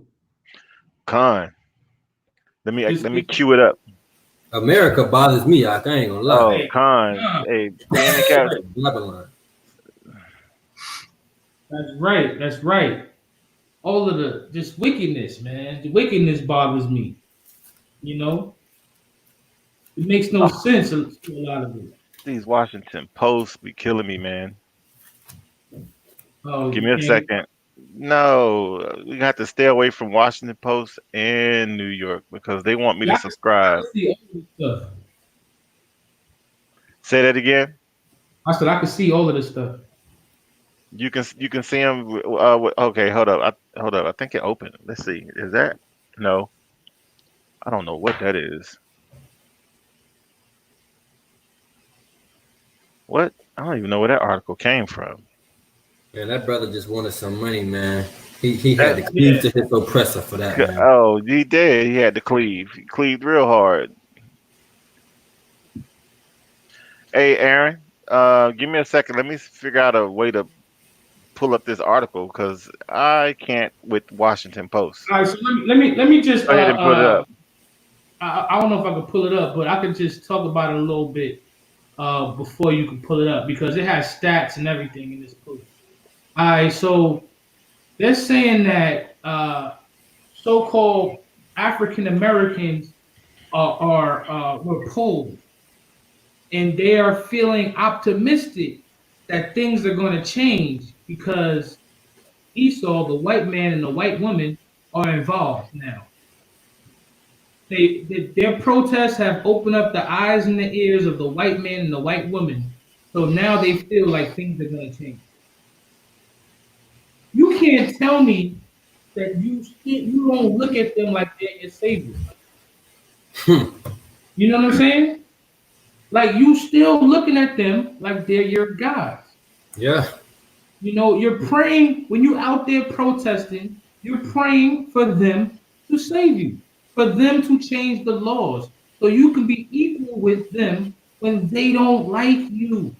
They want you, they like you as long as you serve them, as long as you stay in your role in your place. You know? But you want to be hand in hand with them. You want to be next to them while you want him to be next to you while you handing out sandwiches. And when we try to tell you, listen, get him away from your people, you get mad at us. That's right. You get offended when we're trying to help you save your life. Because you don't know how wicked that Esau is and what he's thinking in his mind. What's up, Manatazach? You haven't found it? We're gonna have to skip it. And that's crazy. Go ahead. You want to say something? Because how can we? It makes me upset that we can go around with a Black Lives Matter shirt and then at the bottom, we want equal rights. What? Why would a nation that has oppressed, raped, robbed, and murdered you for 400 years do anything equal towards you? For what? That's why it's called white supremacy. You think they're gonna give you some of that? No, man. Hey, Aaron, you want to grab this one too? Yeah, hold on, real quick. It says, how much at all do you think the attention of George Floyd's killing by police will increase how much white Americans are concerned about police discrimination against blacks? It said a good amount, 40%, and 19% say a great deal. So that's 59% of the people that was polled are saying that things are going to change because white America is now concerned. White America is seeing what's happening in the streets and now are involved in these protests. That's like them, 60% of the people that was saying this. Man, they out there because they ain't got nothing to do. I might be able to share my screen if you want to see the article. I don't think you can you? No. You can't see. I can't. Yeah. You can share your screen. Can you share your screen on your side, right? Yeah, that's what I'm saying. Yeah, see if you can. But I mean, then I would have to share. I would have to click your screen as the big screen. Yeah, I could do that. You see it? Hold on. No, there's nothing I can see. No. Hey, it's all good. It's all good. We just want you to know that people are thinking in this way. You know, people think change is gonna come by praying to their white daddies, their white masters, and it's not gonna come. The only real change is gonna come by Yahweh Hashem Yahushua. That's right. Only real change in you is gonna come by following these law, statutes, and commandments. That's it. Everything else is going by the wayside. That's right.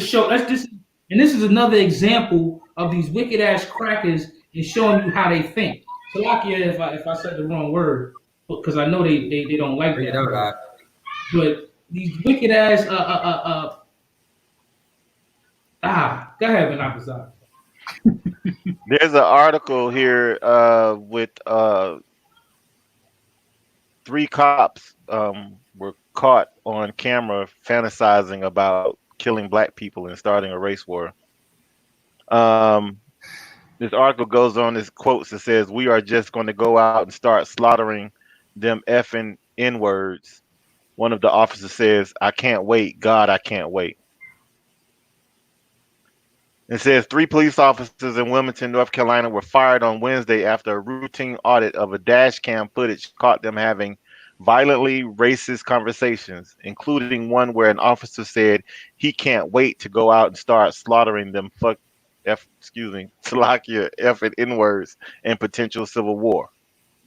During an audit on June 4th, a Wilmington PD Sergeant Heflin discovered that the dash cam on Officer Michael Kevin Piner's car had been accidentally and had captured conversations Piner had with Corporal Jesse Moore and Officer James Brian Gilmore. In those 2 conversations, the officers anticipated and even glorified the prospect of a racial civil war and looked forward to indiscriminately murdering black people, among other racist comments. Man. This is the reason why TNT, that we do this every Thursday, to let y'all know and show y'all that this is not a joke, that this is really happening and people are talking about it and getting caught. The heathen are raging. Come on. The heathen are definitely raging. You know, they said the KKK never ended. They just put on uniforms and that's right. Judge uniforms. And instead of being overseers, they call themselves officers. Right. Yeah, there's one taught you that. That boom bap, yeah. So those 3 guys were, I guess they were suspended without pay, or they were fired. Yeah, they were fired. Hey, let me tell you about how the Most High do, though. Let me tell you how the Most High is. This is in Wilmington, North Carolina. Right. This is one of them places where, you had the good old boys. And the Most High, just by his grace and mercy, allowed for a Jake to become the police commissioner. He just won the election and became the new police commissioner, and this came across his desk. You know what I'm saying? And he wasn't one of those sucker Jakes that was like, oh, well, let's sweep it underneath the rug. Only thing that matters is blue. You know what I'm saying? They're good white guys. No, he outed it. He brought it out to the forefront, and he got these guys fired. You know what I'm saying? That's how good the Most High is. But all they're gonna do is go and find another job somewhere else. Yeah, they'll go work in the prisons or something. They'll be correctional officers. That's right. Bring out that precept, and then I'm going to go a little bit deeper into this article real quick because there's some more shocking points that need to be. This is the book of Psalms, chapter 73 and verse 6. Therefore, pride compasses them about as a chain. Violence covers them as a garment. Their eyes stand out with fatness. They have more than heart could wish. They are corrupt and speak wickedly concerning oppression. They speak awfully. They set their mouths against the heavens, and their tongues walk through the earth, man. This is what we're dealing with, man. These are the people that we're dealing with, man. They mouth walk through the earth, man. They say whatever they want. They do whatever they want. They can talk lawfully concerning our oppression. But the Most High gave us some safety and comfort in the scriptures, man. He said, all those that devoured you shall be devoured, and all your oppressors shall go into captivity, man. And the children. You know? Bring it out, huh? Yo, it's deep, man. It's deep, man. I love it. I love to hear about the promises of what's to come. That's right. It says 14 and 21, prepare slaughter for his children for the iniquity of their fathers. That they do not rise, nor possess the land, nor fill the face of the world with cities. And their children, man. The interesting part about all of this is that they know that the race war is coming, and they're going to usher it in. They know that the battle is coming, and they're going to fight. And a lot of Jakes are going to die in pursuit of that. But listen to why. Piner tells more later in the conversation that he feels a civil war is coming, and he is ready. Piner said, according to documents released by police Wednesday, Piner advised he is going to buy a new assault rifle in the next couple of weeks. A short time later, Officer Piner began to discuss society being closed to martial law, and soon we are just going to go out and then start slaughtering them effing N-words. I can't wait. God, I can't wait. Piner then told Moore that a civil war was needed to wipe them off the effing map. That'll put them back 4 or 5 generations. And Moore responded, "You're crazy." Hey, listen, man. Exposed. In the midst of all the, like, in the midst of them planning and taking their crafty counsel to start this civil race war that they want to start, that is going to happen regardless. The Most High is revealing it, and the watchmen are watching, and we're letting y'all know. I got another precept for them. Bring it out. This is the book of Isaiah, chapter 60, verse 14. The sons also of them that afflict thee shall come binding unto thee, and all they that despise thee shall bow themselves down at the soles of thy feet, and they shall call thee the city of Yahweh, the Zion of the Holy One of Israel, man. They're going to come binding at our feet, man. They sons, man. God. Absolutely.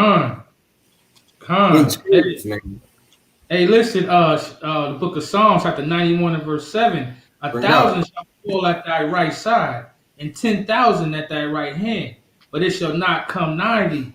Only with thine eyes thou behold and see the reward of the wicked.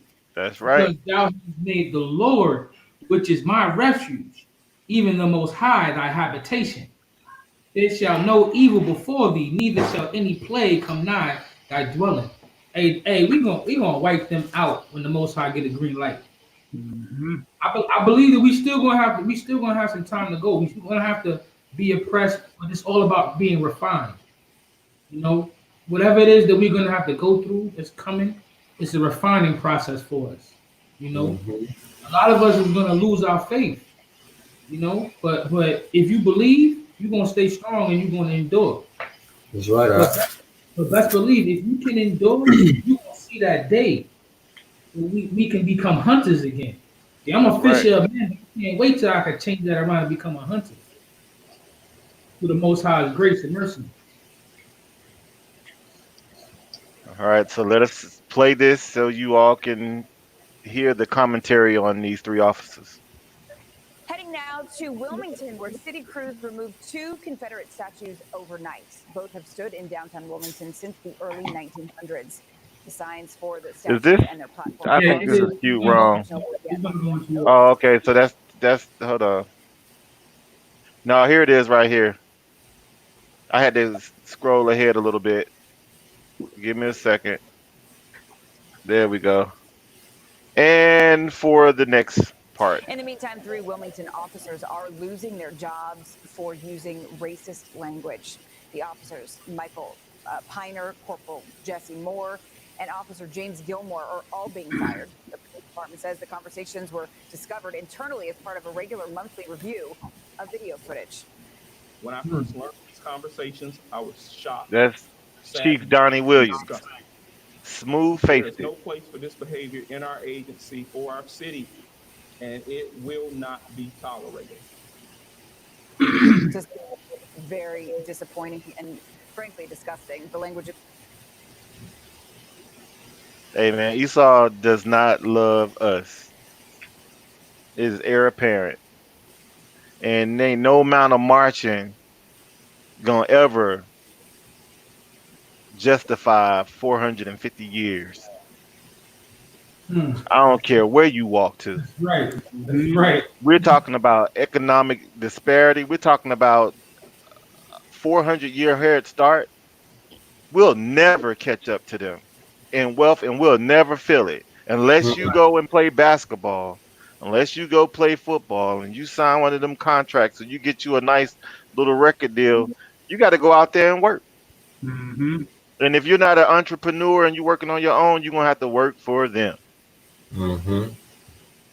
And to whom much is given, much is required.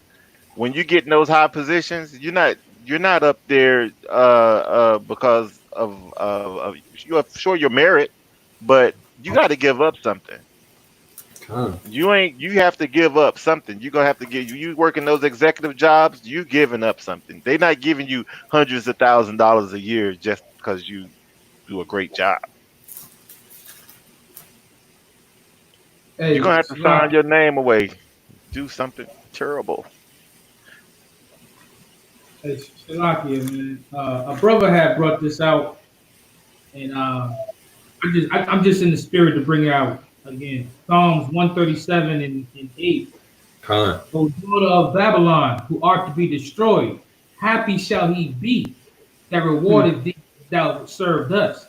Happy shall he be that taketh and dasheth thy little one against the stone. Mm-hmm. That's Lord. I'm happy about that, man. Coming into this truth, the Most High just been growing me and strengthening my resolve to be able to deal with that kind of because of the massacre and the things that they've done to us. You know what I'm saying? Ezekiel 25:14 says, "And I will lay vengeance upon Edom by the hand of my people Israel, and they shall do in Edom according to my anger and according to my fury, and they shall know my vengeance, saith the Lord God." So, the Most High is going to use us, man, to show his vengeance on these nations. That's right. Salakia. So, to land me back on what you were just saying, I'm going to let this video do the talking.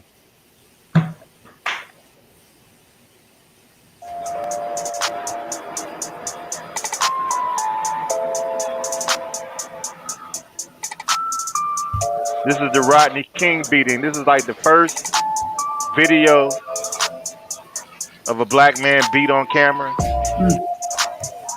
91. Still remember that day. The 4 officers were acquitted.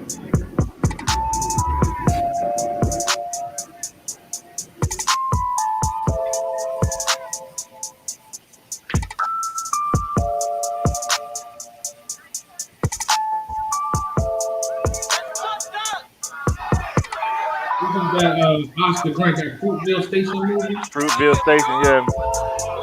My backyard, man. Shot him in the back. Eric Gardner. He already got the chokehold on him. Yeah, his hands in the air. Look. He got it straight across his chin, under his chin. Walter Scott got shot in the back. Arthur Sterling finna get shot, laying on the ground. Look at that. He on the ground. Philando Castile, this is sickening.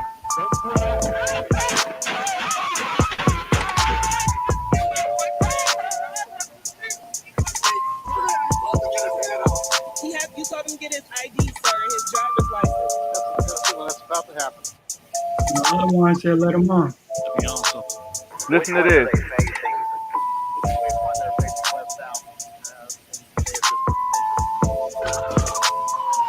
You look like a bad guy.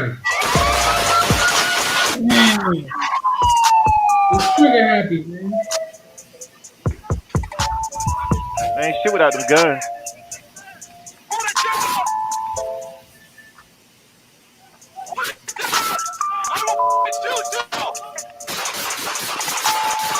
They shot him in the back, yo.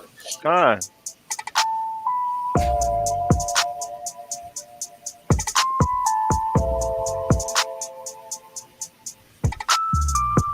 We want equal rights, man. The video shows George Floyd on the street. We all know this, seen this video 1,000 times. Pinned down by police officers. Man, the audacity of that man to have his hands in his pockets and kill that man. I can't breathe.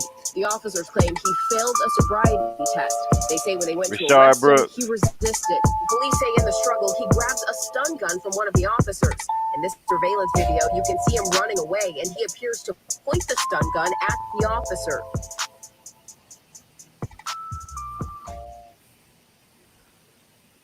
Hey.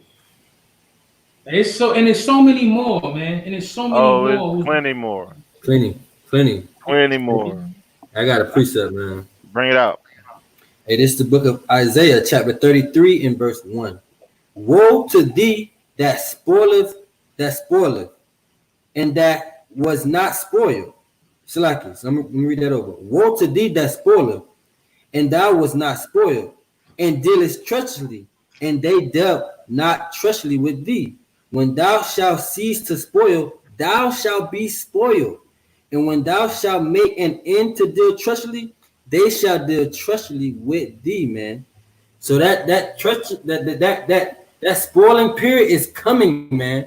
We out here fighting for equal rights. No, it's time for Esau to be spoiled, man. To be taken up off him, man. To be trying to establish the kingdom of Yahweh Shem Yahweh Shah, man. That's right. People got the wrong mentality out here, man. Con. That's right. You want to do everything that's but what's right. And you know what's funny, Shlaka? You know what's funny, man? I used to sit there and wonder why. Why do they kill us in the street? Why do they hunt us down? Why our people? Why? And when you finally, like, people are trying to tell you why, they don't want to hear it. They still want to live in their folly and ignorance. Mm-hmm. Like when the scriptures say, "Yo, we destroy for a lack of knowledge." Like it's a combination of the curses, the lack of knowledge, and our stiff-neckedness that we've always, it's Breonna Taylor, the officer that, one of the officers who shot Breonna Taylor was fired, and still there's no charges against him. But Salaki, if I misunderstand, what there like 8 officers that shot into that house? How did they know that this one particular? They did a ballistic report? Yo, it was 8 shots she took. She took 8 shots. She shot 20 women in the crib. Right. In the there house. was bullets everywhere. It was, man. It looked like it was a war zone. I think, if I'm not mistaken, it was 4 officers. But I'm pretty sure out of the 8 shots, the majority of them probably came out of his gun. Con. Let's play the video. I don't know what's happening. Somebody kicked in the door inside my girlfriend. 26 years old. It's disappointing, man. 3 officers. We lost Manatazach. No, he's still there. Okay.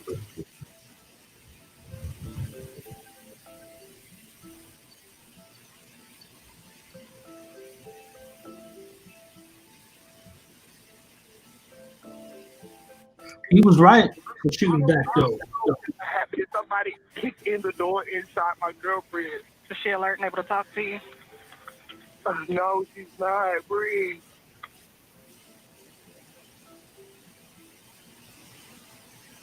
They're gonna charge him. Hold up. They have the audacity. Come back here. Get back. Goodness gracious. This is hard. So they arrested him and charged him with attempted murder of a police officer and first-degree assault. But he is at home in his bed.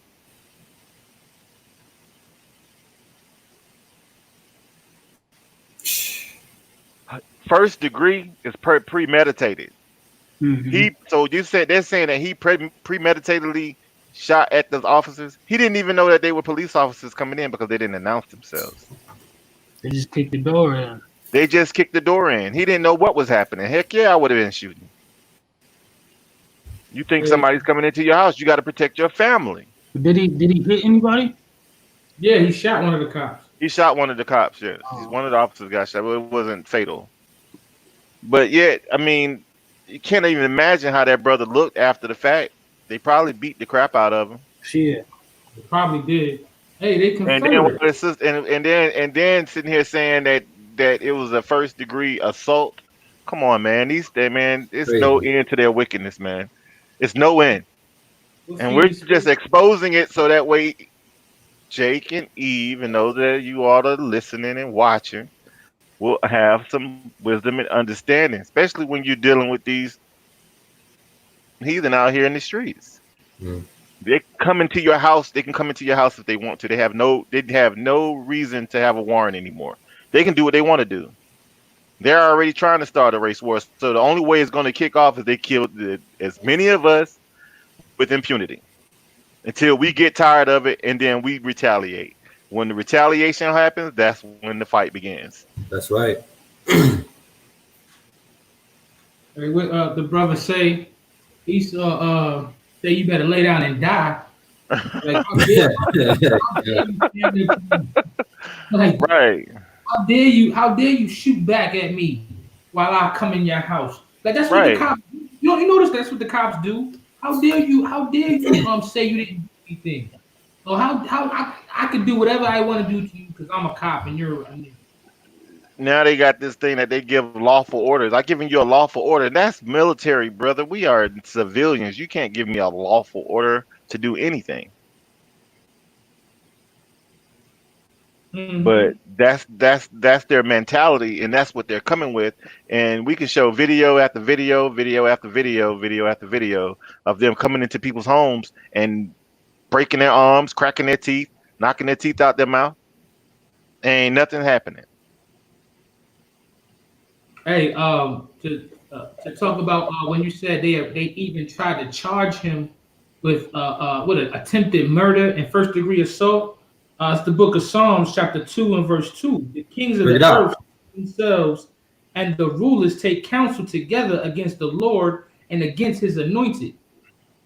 So they're taking counsel against his anointed because if he was rich and if a situation happened in Beverly Hills or in a different type of place where he can afford a really good lawyer, he probably wouldn't even have to go to jail at all. They probably wouldn't even try to charge him. You know what I'm saying? You probably wouldn't even. They probably wouldn't. First of all, they wouldn't even came into the guy's house like that. You know what I'm saying? They would have reacted, did everything totally different. You know what I'm saying? But they just counsel. It's a confederacy against us. And whoever don't know this need to wake up to the fact and acknowledge the fact and teach the kids and deal with it. Crazy, total injustice in America, man. Let's finish this video real quick. Yeah.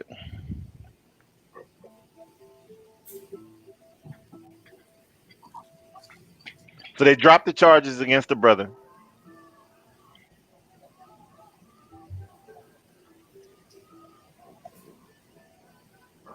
And all kind of protests happened after that.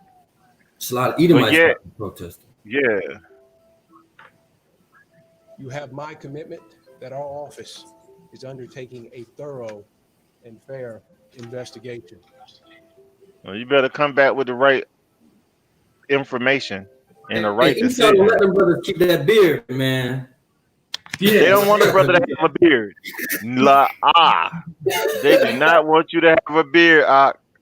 Hey, they got them smooth faced it out there. Say that again. That's why they want to call you boy. Right. You know, they want to keep you as a boy. They want to keep you as a boy. Because you can't call no man with a beard a boy. No. Man. But hey, man, it's no end. I mean, we still got more. We still have more. Oh, here we go. This next one. Okay, so this is Ahmaud Arbery. I hope this is not a Washington Post video. ABC News, great. All right, give me a second here. Let me cue this back up because I didn't have it ready for y'all. But I will have a second. You didn't play that one video, did you? Which one? Before Breonna Taylor.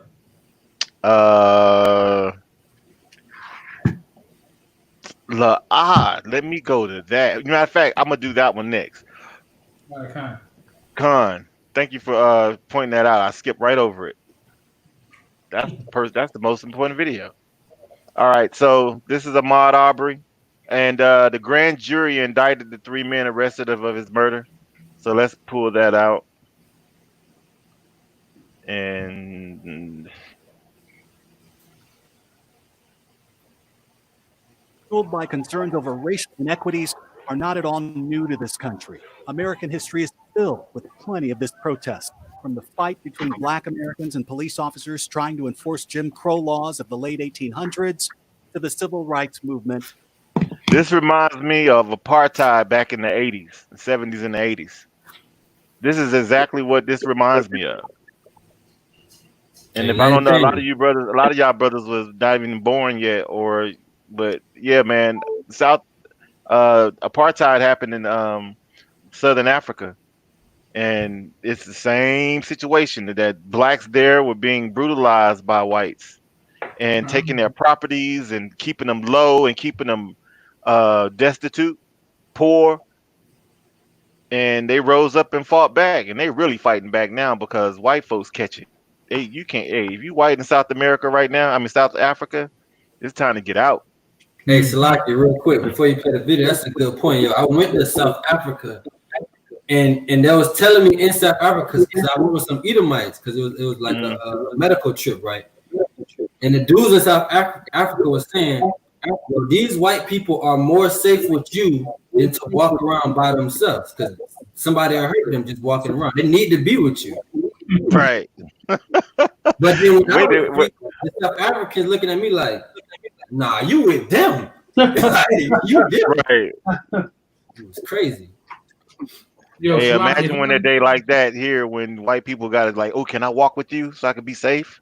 Scriptures say that, man. Go ahead, Aaron.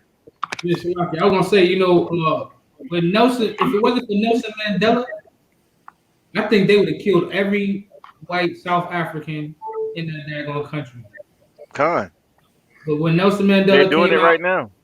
He was like, "Oh no, peace.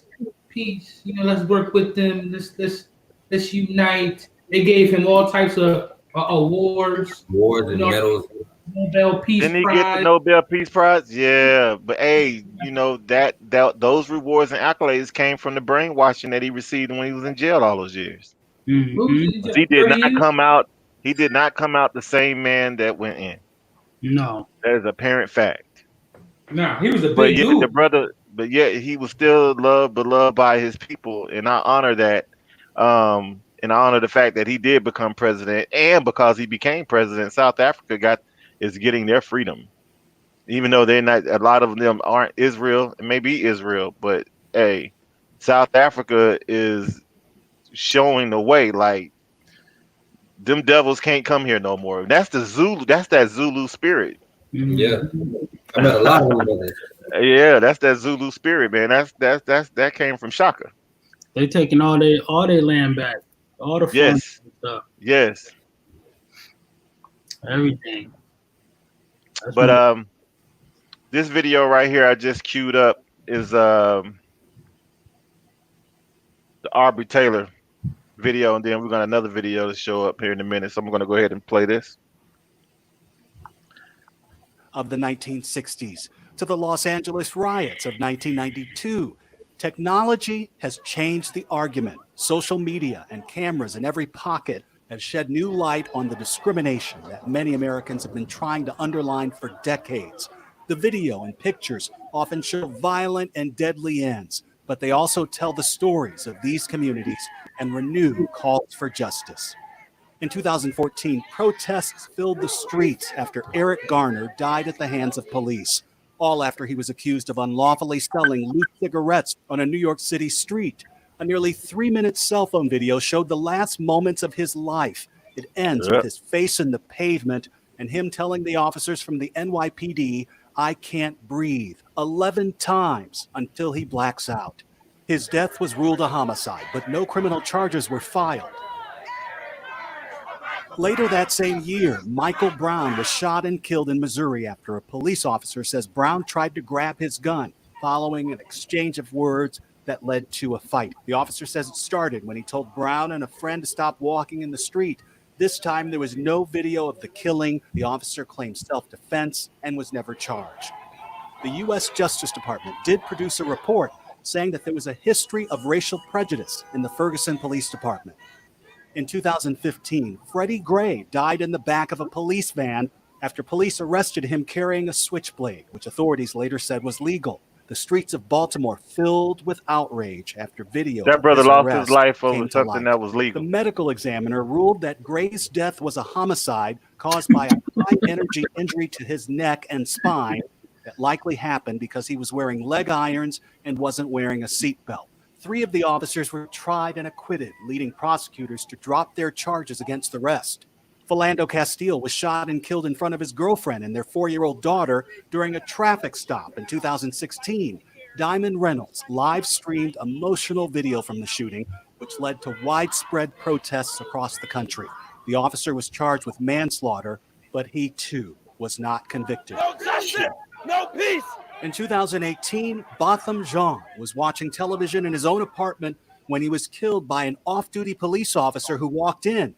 The officer, who lived in his building, was coming off a 13-hour shift and said she confused What that got to his do with apartment anything? for her. I've worked 24-hour shifts, and I was disoriented to come into the wrong people's home and then shoot. Come on, man. That's crazy. They would make it. They'll make it. Oh, didn't it, man? Another man. Didn't his brother in the courthouse give her a hug? Oh, Khan. That was crazy. Khan. Another example of a coon. And then the judge was showing her all kind of leniency. I mean, I'm just like the Eve judge too. Yeah, it was the Eve judge. Then you got the bailiffs rubbing her back and rubbing her hair. Right, rubbing her, yeah, consoling her. Hey, man, I'm gonna cut this video short because we've seen them all. But we know that the grand jury indicted the 3 men that was arrested in Ahmaud Arbery's murder. So we hope that justice is for his family. But man, we're trying to move. We're gonna move a little fast now because we still have a class to bring out. So let's see where here. Let me see what we got left. Oh, I gotta show this video. Got to. Whatever you don't want to show, we can bring it out next week. That's true. Yeah. That is true. Yeah, let me just show this last video right here. This is a legacy of police. I think we already showed that. No, you didn't. Oh, The video. You showed the YouTube.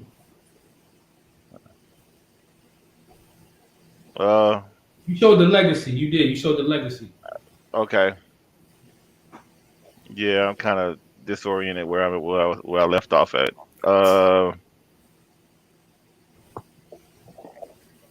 above Breonna Taylor. Yeah, I'm here at the cop beats man in Tennessee. Oh, okay. All right. Well, you don't want to show the other video? I thought you said I showed it. No, you showed the legacy. You didn't show the other one. Let me see here. Give me a second. I got a quick precept too. Yeah, Con, bring that up. This is book of Jeremiah, chapter 50, and I'm gonna start at 6. My people have been lost sheep.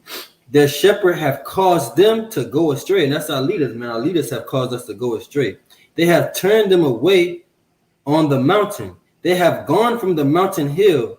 They have forgotten their resting place. And that's our people, man. Our people have forgotten the Most High. We are destroyed for lack of knowledge. We are discontinued from our heritage.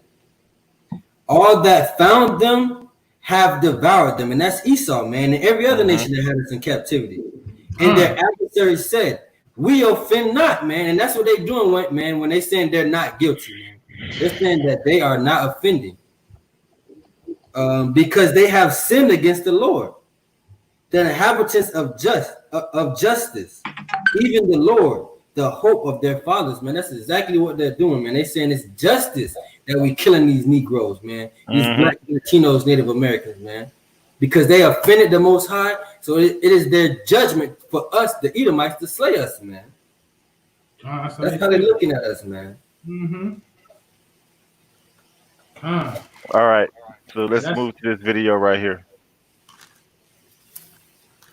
Aharan, stop stealing my precepts too. The following stories contain graphic images of police violence.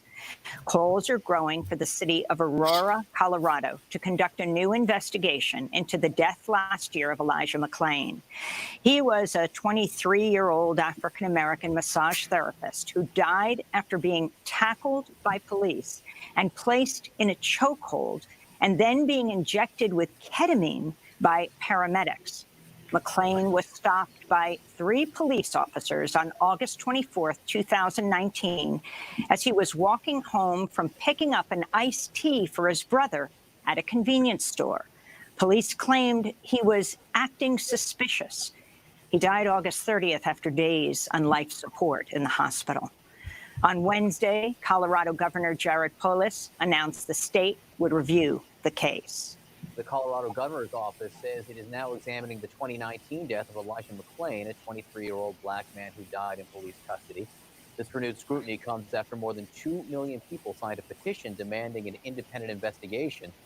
This is the body cam video, the police body cam video of the interaction that ultimately led to McClain's death. Watch this. Yeah, watch this. Stop. Stop. Stop. I have a right to stop you because you're being suspicious. Turn around. Turn around. He being suspicious because he's walking down the street with a mask on. Everyone's wearing a mask now. Why are you touching me? Stop tensing up. No, I am an introvert. Please respect the boundaries that I am. Relax. I'm going home. Relax, or I'm going to have to change this situation. Stop. Stop. No, first off, you guys started to arrest me, and I was stopping my music to get you. Now let go of me.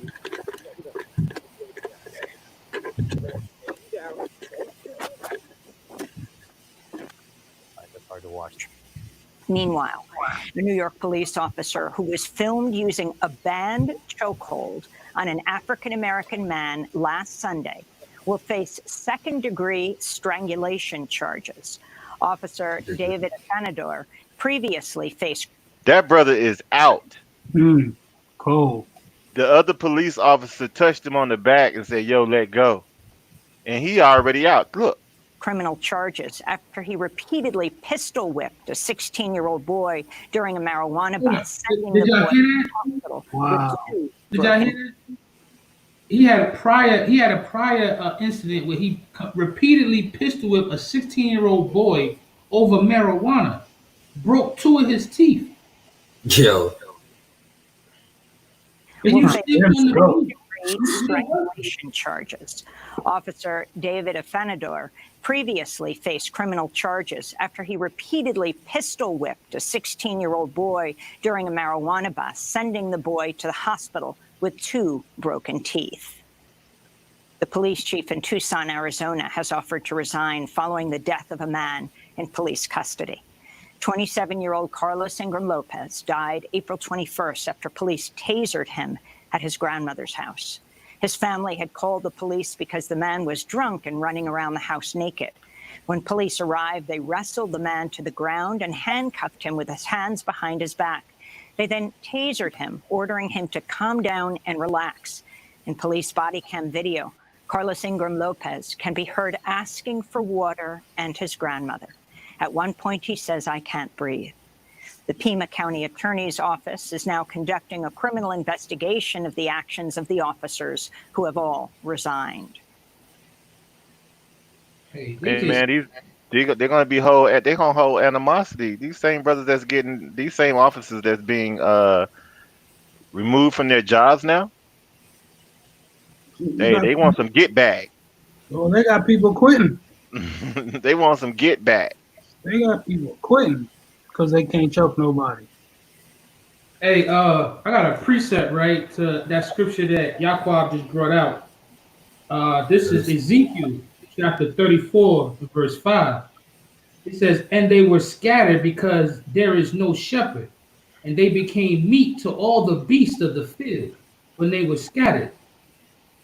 My sheep wandered through all the mountains and upon every hill, every high hill. Yea, my flock was scattered upon all the face of the earth, and none did search or seek after them." Hey man, we ain't got nobody to lead us, man, as a nation. Man, we're scattered, we're lost, we're destroyed, and we're made to be meat to the beasts of the field. These Esau's are beasts. Jakes who can't come into the realization of who they are brute beasts. You know what I'm saying? And we're meat to them, man. We become their prey. Our children, our daughters, our wives. That's right. And here's more footage of police officers brutalizing Jake.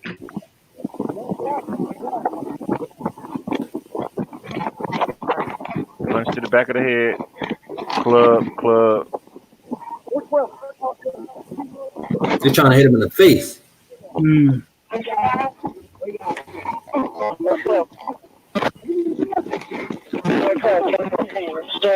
Put him down now. Put your leg down. Put your leg down. Down. Put it down.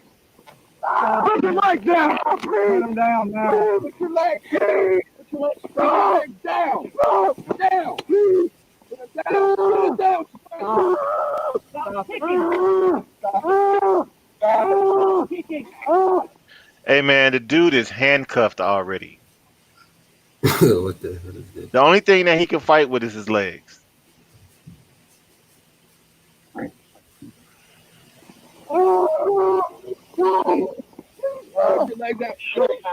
And our people want these folks in the kingdom with us, man. They can't see heaven without Esau. Esau's their God. How they gonna see heaven without Esau? Yeah, man, I don't want you coming to the kingdom with me. You can't bring that prideful, oppressive attitude in the kingdom. You can't do it, man. Listen, man. Most High don't want you in the kingdom. We're gonna have to break you into shivers. What the scripture say? With a rod of iron. You're gonna have to change your mentality, change your attitude. If you even want to work with us, work for us, I should say. You know what I'm saying?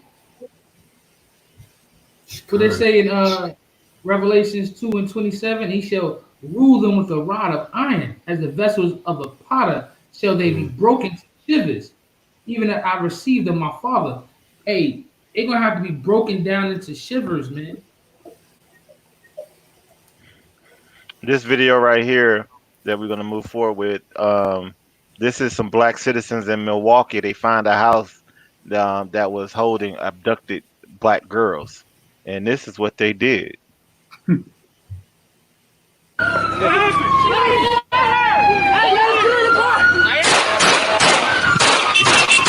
Hey, they took the fight to him.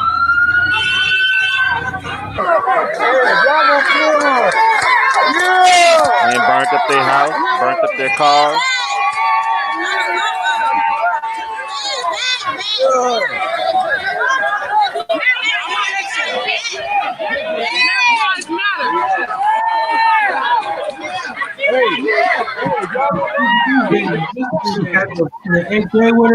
So this neighborhood, they got a lot of houses around in the neighborhood, and they said that a lot of the houses are being used to traffic young girls through the houses and letting them go in there and smoke drugs and do drugs and smoke weed and all kind of other nonsense that they do. But the neighborhood got tired of it, and they took it to them. Let's finish watching the rest of it.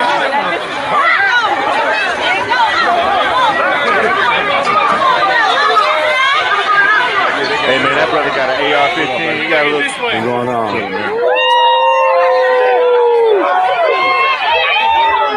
That's good. As soon as they come to the carpet, boy.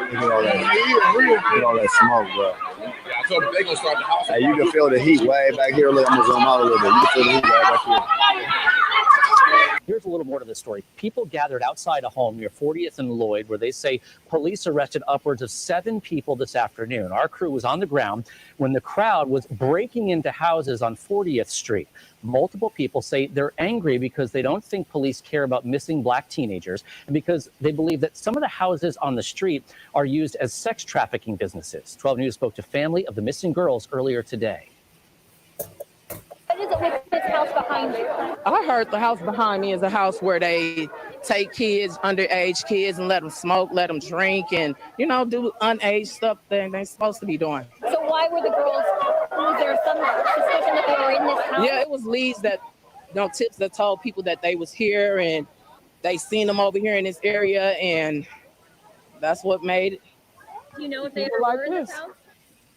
Relatives say the missing girls have been found and are safe. However, police have not confirmed the girls were found because they said they have not been contacted. Now, if Jake was to do this to the police, I guarantee you things will stop. Hey, I guarantee stuff would be. A lot of that stuff wouldn't happen. Hey, they didn't even want to contact the police and talk to them about what happened. Mm-mm. You know, hey yo, if we could come together, like how they came together and took them child molesters out, if we can come together with everything, just us, our people. You ain't see no white people in the mix back, did you? Mm-mm. Wow. Just imagine, man, if our people can come together, man, we're stronger. Hey, they about to come together next weekend, 4th of July. Live in effect. 4th of July. 4th of July, kind. So this little video right here is I don't need to play it, but if you read the little fence in the back, that speaks for itself. White lives matter. WIGHTE.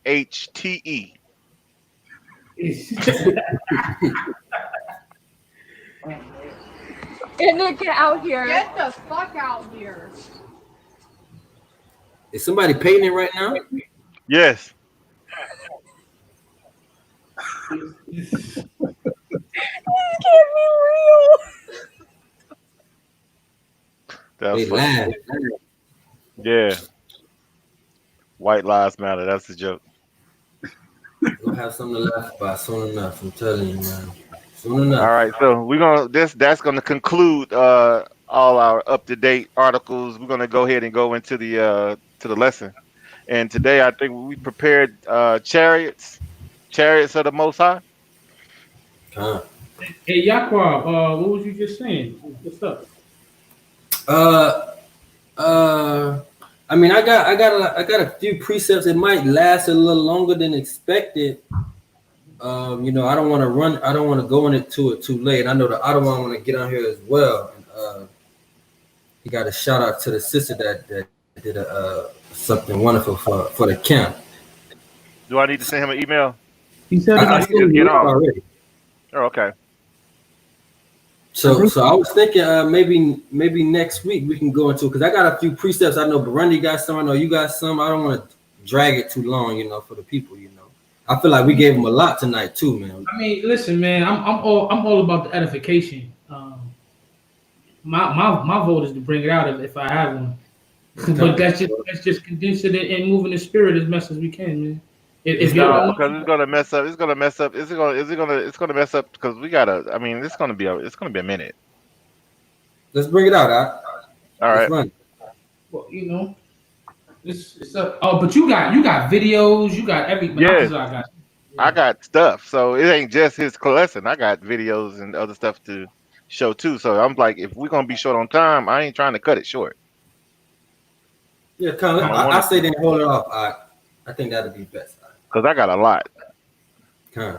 And it's not. It's a lot of I got documentation and all kind of other stuff to show. You know. So I mean, like, man. So what time did he say he was going to try to come on? Hey, you know what? I sent him the link. He said he gonna come on right now. Actually, he about to come on. Okay. I'm about to say, man, you know, we could always get on Esau. Yeah, absolutely. Absolutely.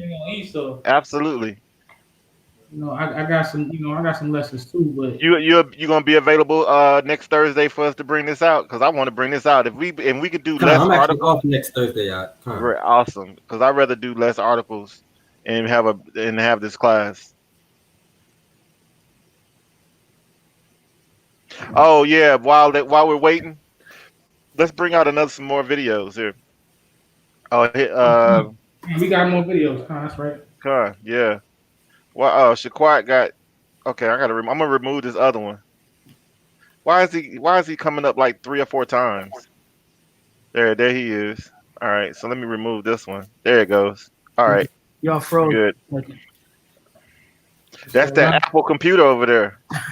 Got him. I finally got him. Okay. You got to take that one, right? Yeah, I gotta take that one. All right, so this is a oh man, I hope I can play this video. Let me see if I can pull it up. This is another sister that shot her abductor. Quick video. Yeah, come on, bring that out. All right, so let me cue it up here. And we gone. Play that. In Wisconsin, a 19-year-old black woman facing life in prison on charges of killing her alleged sex trafficker was freed from jail on bail Monday. Crystal Kaiser had been imprisoned for 2 years while awaiting trial. She was allegedly trafficked beginning at the age of 16 by Randall Volar, a 34-year-old white man. Court records reportedly show Volar had a history of sexually abusing underage black girls, but remained free. Kaiser says she shot and killed Volar in self-defense in 2018 after he drugged her and tried to rape her. Advocates have pointed to the striking similarities between Kaiser's case and that of Centoya Brown's, who was freed from prison last year after being granted clemency while serving a life sentence for killing a man who bought her for sex when she was just 16 years old. Defile. Evil. I don't want in the queue. Yeah, I think I got a precept for that, Quality. That's disrespectful. Yo, hey, first, while you getting that precept right, did you see Shalom Adawan? Go ahead and finish your thought, y'all. Oh, yeah, but what I was saying, before you get that precept, did you see that they gave her life in prison? It says a life in prison for killing the person that abducted her for sex trafficking. Can you hear me? Two sisters. Go ahead and finish your thought. You can't hear us. Can you hear us? Had a preset. Can you hear us? You can't hear us. I can hear you. Okay. Okay, kind. Go ahead, Aharan. I thought Yeah, you so said I you was had a saying, precept. I was gonna let you finish your thought. He said you got a precept. No, Aharan was saying something. Okay. Is my camera working? Yeah, you're on. You're good. Yeah, Khan. All right. Israel, sorry about this. I just want to interrupt real quick. I want to, let me move my hand. I want to thank a sister who's been extremely generous to the camp. Can you see all these boxes? Wow. Okay. Who The came in sister your house? sent a care package to all the brothers in the camp. I'm going to divvy it out on Saturday. It's Sister Crystal Guzman. She has been a consistent supporter of SOT since our early stages. And she took it upon herself to send a care package. She says, it's hot out there. You brothers is laboring. You're working hard. You need some things. Let's look at some of the stuff now. You just froze. She got us umbrellas. She got us alkaline water. She got us cooling containers for our water. She got us cooling scarves to keep brothers cool. And then she also told me that all the packages haven't arrived and there's one more on the way. So I just wanted to thank Sister Crystal. I know on behalf of all the brothers, we really appreciate that. And we appreciate you. We love everybody who supports the camp and even those who don't. If you just watch us or if you just like a video or even if you just on your lunch break, you just watch an Israelite video, you let us teach. I appreciate that. All right. On behalf of all the brothers. All right. So with that said, I'm going to let y'all get back to the class. Shalom. Shalom. Hey, the Shalom, water matter one. The water sister. All praises. Hey man, that's gonna come in handy. Khan. Hey, the brother said, man, we should make a series on a part 2 on the chariots and everything. But Yaakov had a precept that he wanted to bring out. Oh yeah, concerning that little girl, man, because I hate to see stuff like that. This is Joel, but it happened, man. Joel chapter 3 and verse 8, man. Prophecy be happening right in our face, man. Sometimes we don't even notice it. I will sell your sons and your daughters into the hand. That's like, I don't want that one. Where is that one? Hey, where? I cast lost my people. Hey, where's the one where it say they sold our daughters, for wine? I know what you're talking about. Is it in Amos? The one I'm gonna read that one anyways though, because that's what we're gonna do in the back end of it. And I will sell your daughters. So I will sell your sons and your daughters into the hand of the children of Judah, and they shall sell them to the Sabeans, to a people far off. For the Lord have spoken it, man. So for you selling that sister, man, and they selling all our brothers and sisters, man, because we haven't forgot about those white trucks that were snatching up our little sisters, man. We haven't forgot about all our sisters that have been abducted and don't know where they at. All our missing sisters, man. We haven't forgot, man. The Israelites don't get nothing, man. And we waiting for the Most High to put that recompense upon your own head, man. Go back up to Joel. Oh, Con, that's the one I just read. Con. It's 3 and 3. Go back up to 3 and 3. 3 and 3. Okay, Con, 3 and 3. Con. And they have cast lots for my people, and have given a boy for an harlot, and sold a girl for wine, that they might drink, man. The disrespect, man, that our young women get, man. There's no safety out here in Babylon the Great, for our women, man. It's no safety, man. That's why the Israelite women, Eve herself, got to come back to the fold, man, and get in subjection to the Israelite man. Because you have no army right now, Eve. Whether you like it, believe it, understand it or not, there is no army out there for you. Talakia, I can attest to that, man, because my mom, she's a historian, and she went back into her family's records and was able to find documentation of her great grandfather, slave owner, and he had documentation of little girls being sold for bottles of wine. Wow. For a bottle of whiskey in a favor. I got the actual document. I mean, I wish I was. If I was in Atlanta right now, I could like get my hand on it really quickly and show you that she was sold for a bottle of whiskey and a favor. Wow. Wow. Yeah. Yo, that's horrible, man. That's how they treat our people, man. Scripture said they cast lots, man. Hey, we got this tall black young nigga, $2, $3, $4. They just, you know. But that day gonna come, man. That day, I'm telling you, man. Let me get another precept. All right. Go ahead. Hey, keep bringing them out. Yeah. This is Jeremiah 30:16.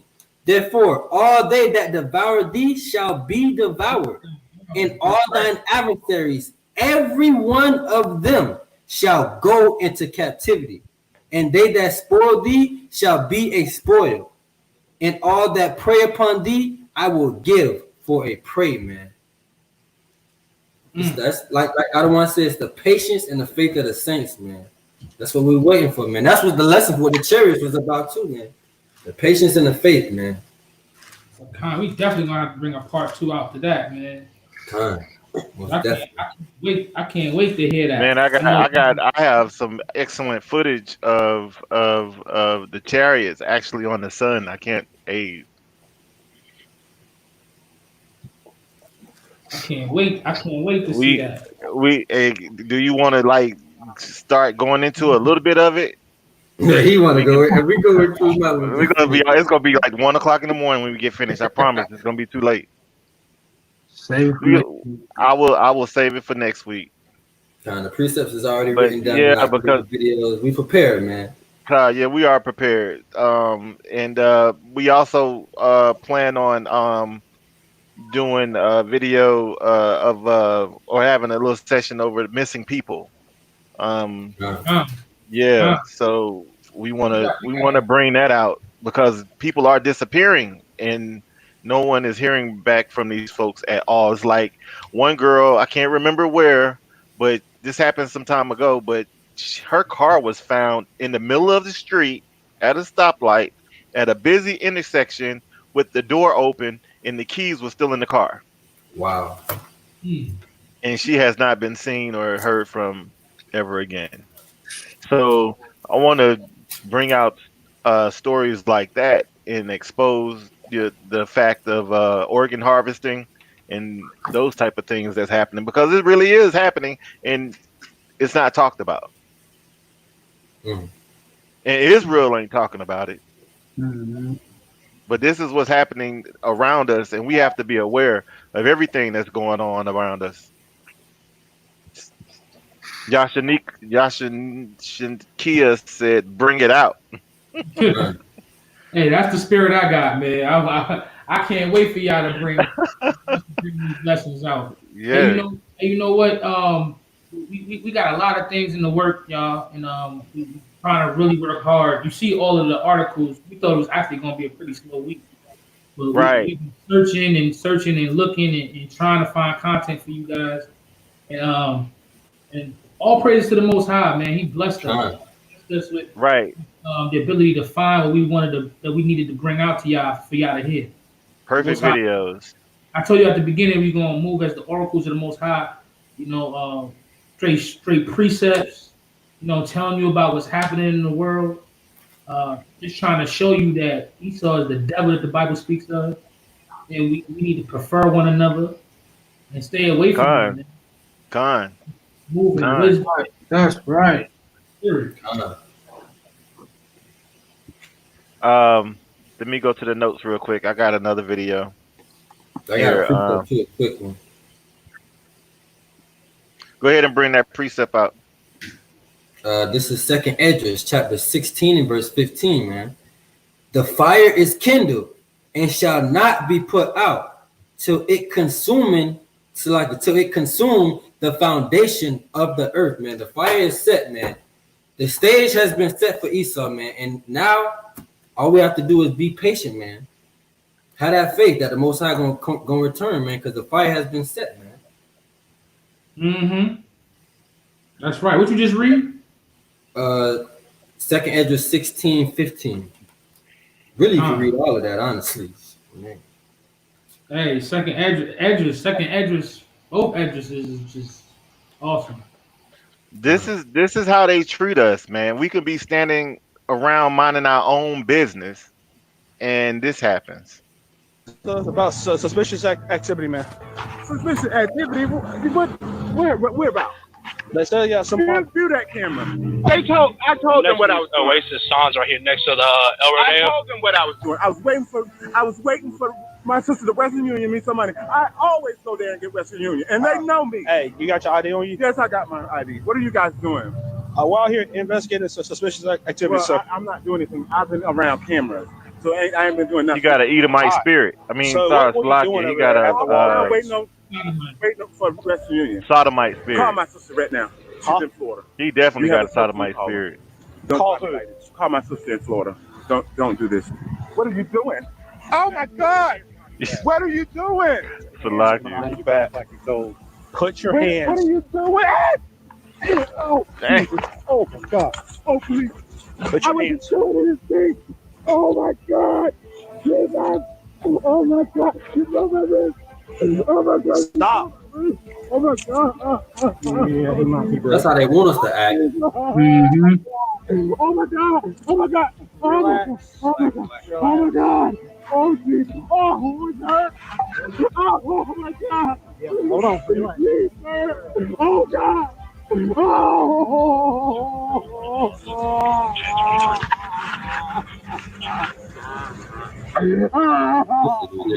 Jesus! Oh, it hurts. What did you guys get for? You have a warrant here. Hold up. This way. He told him he had a warrant for his arrest. He lies. They lie. He said he had it. So hold up. First, the officer said that he came up because he was being suspicious. Mm-hmm. And then they said he has a warrant for his arrest. How did they know he had a warrant for his arrest? Did they even get his ID? I think he passed it to him, didn't he? Nah, he was about to grab it. He went in his pocket, but they didn't give it to him. They didn't run his identification that fast. Come on, man. I mean, it's just it. All right, I'm just gonna play. I have to refrain. What's up? Oh, the guy with the warrants over there. So who is this dude? No, there's two different people. Because they pointed this guy out to me. Wrong one. So they done broke this man's ribs, broke his arm, and I think he's suing the Georgia Police Department for $700,000. Yeah, right. Oh, he'll get it. He's gonna settle. He's gonna get something. Yeah, he's gonna get the money. I mean, they just totally just took a non-threatening person and brutalized them. Yeah, they totally in the wrong. The city will pay up for that. They'll settle out of court for that. Yeah, he'll get like 200,000. He should get way more than that.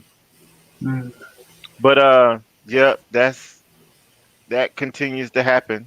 And let's see. It's crazy, man.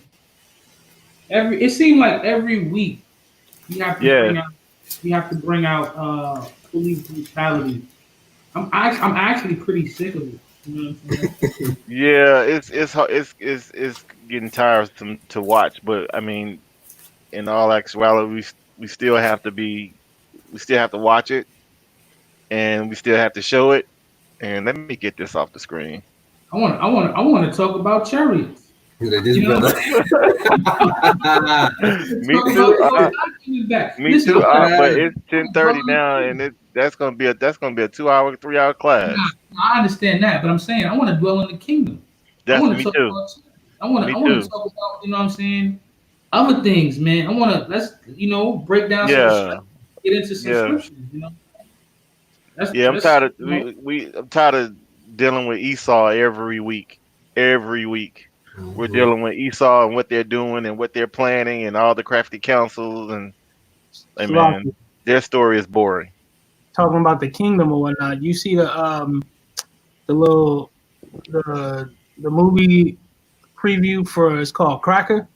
Yeah. No, I didn't. Can we bring that up? Oh, I got it. I'll send it to your phone. yeah. Hold on, I'm gonna look it up right now. It's a Yeah, movie. you can go on YouTube and show. Well, I don't know if you want to show the show the what's name on our platform right now. Right. But it's about it's basically the reverse is role. I mean the role is reversed. Where Esau is the slaves and we're the slave masters. Ah. Yeah. Is this a movie that came out in 2006? No, it didn't come out yet. It didn't come out Oh, it's a new movie. Okay, so they got another one. Okay, Yeah. that's a different Cracker movie. Yeah, it's called Cracker. You sent it to him, Mike? Oh nah, I can't. No, I ain't sent it to him. It's on YouTube. You just okay. get the, Wow, check that out. I just sent it to your phone, Mike. Okay. Hey man, I'm ready to get out of here.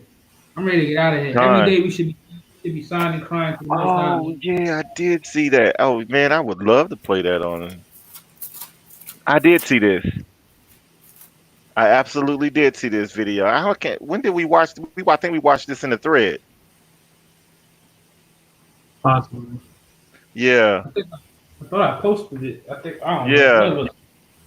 Hey, let's get a quick insight though, man, because I'm Right. kind of feeling Aaron's spirit. Give me 1 Thessalonians 4:16. Just real quick. Nothing major, you know. 1 Thessalonians 4 and what? 16, Baba Kasha'at. Book of 1 Thessalonians chapter 4 and verse 16. For the Lord himself shall descend from heaven with a shout. It's like it, and that's the Most High busting through that's the crowd, that's the clouds cracking open right there. Right. Go ahead. With the voice of the archangel. Come on. With the trump of the Most High. Come on. And the dead in Christ shall rise first. And Yahweh Shah already told us that, man. Yahweh Shah told us there's going to be people persecuted for his name's sake, man. It's people that's going to have to be put to death for the name of Yahweh Ba'ashim Mashiach Yahweh Shah, man. So those will rise first. But everybody else, go ahead. Then we, which are wait, hey, Salaki, but what? Look how slick Paul is. He said, then we. What you mean we? How is it we? I don't want Paul. he included himself. He already know what time it is. Then we. Go ahead, Al. Then we, which are alive and remain, shall be caught up together with them in the cloud. In the clouds, man. And you got to understand what those clouds are, man. Keep going, out. To meet the Lord in the air. Mm-hmm. And so shall we ever be with the Lord. And that's what we're waiting for, man. To be lifted up in those clouds, man. And we ain't talking about no puffed up, no cumulus cloud, man. No stratus cloud, man. The clouds of the Most High God, man. That's right. That's right. That's right. Come. That's right, man. All praise to the Most High, man. Come. It's gonna be a beautiful day, Lord willing. All brothers, everybody that's in here can make it to that period, man. Come.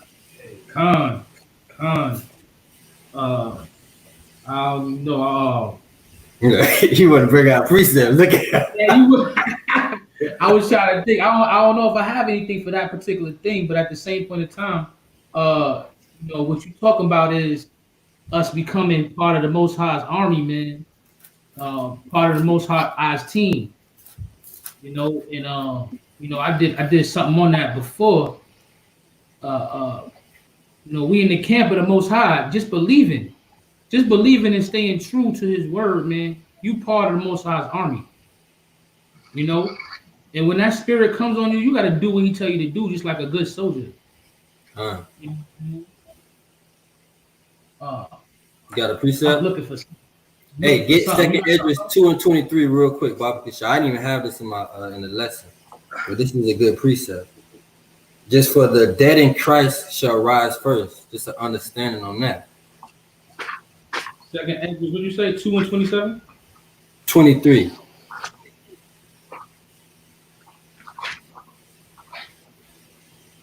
The book of 2nd Esdras, chapter 2 and verse 23. Whosoever thou findest the dead, take them and bury them. Mm-hmm. And I will give thee the first place in my resurrection. And that first place in resurrection is those that died in the name of Yahweh Shah, man. I think that's Matthew 5 and 10 or Matthew 5 and 11, man. Persecuted. Blessed are they that are persecuted for righteousness' sake. For theirs is the kingdom of heaven. I might have quoted that terribly. But man, hey man, some of us gonna have to die for the name of Yahweh Shah, man. That's right. That's right. And look at James, the brother of John, the son of Zebedee, man, in Acts. I think that's chapter 12. You know, he had to die, man. He said Herod put him to death, man. And the people wasn't mourning, man. The Israelites was rejoicing because he was put to death because they already knew he has first place in the resurrection. That's the spirit we gotta have, man. We gotta understand that. But that comes also with faith, man. That's that faith, man. Hey, I've been working on this something. I'm not gonna bring it out right now, but a lesson talking about, are you ready for your refinement? Because we talk about death, you got to be ready for death, and that's true. And if you're ready for death, it's so much easier for you to deal with your refinement that's coming. You know what I'm saying? Because it's a lot of pain and torture and hurt. You're gonna be losing your family, your loved ones. All of this is part of your refining process. You know what I'm saying? Those who endure. What are we enduring? You know what I'm saying? What do you have to endure? You have to endure that refinement that's coming towards your way. You know what I'm saying? Sirach 40:1 says, great travail is created for every man, and a heavy yoke is upon the sons of Adam from the day that they go out into their mother's womb to the day that they return to the mother of all things. And a heavy yoke is on us, man. We're gonna have to deal with that. You know what I'm saying? Because of sins, man, we gotta toil this earth. You know what I'm saying? We gotta deal with controversy. We gotta deal with people oppressing us because we don't want to obey the law, statutes, and commandments of the Most High. You know what I'm saying? Right. So, hey, it's all endurance until the time comes when He comes back for His people. That's right. And I can't wait for that day. I don't want to get too much into nothing. I just wanted to bring a little piece of yeah, because Yaquab, we be here till 1 o'clock in the morning. Go ahead, Yaquab, man, bring it out. Hey, let's bring out Ezekiel, man. The dry bones. So that's what you was there just you talking. Go. That's the spirit. The book of Ezekiel, chapter 37, and I think I want to start at verse 5. It says, thus saith the Lord God, Yahweh thy power, unto these bones, behold, I will cause breath to enter unto you, and ye shall live. So what are we talking about here? What are we talking about? Real bones? Are we talking about those who don't have no knowledge, wisdom, and understanding? Those who are dead to the law, statutes, and commandments. Those who are dead to the Holy Spirit. Those who are not doing what they're supposed to do.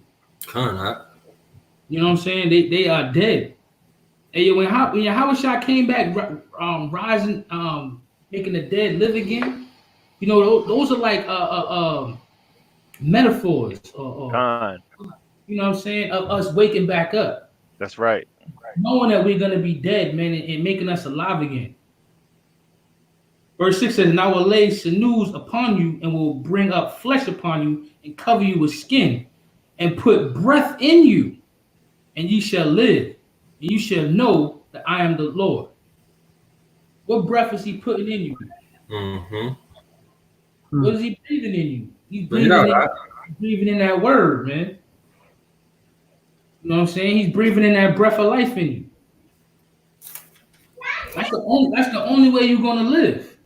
I got a precept for you. Go ahead, bring that up. This is the book of Wisdom of Solomon, chapter 7, verse 24. For wisdom is more moving than any motion. She passeth and goeth through all things by reason of her pureness. For she is the breath of the power of God. That's That's it. right.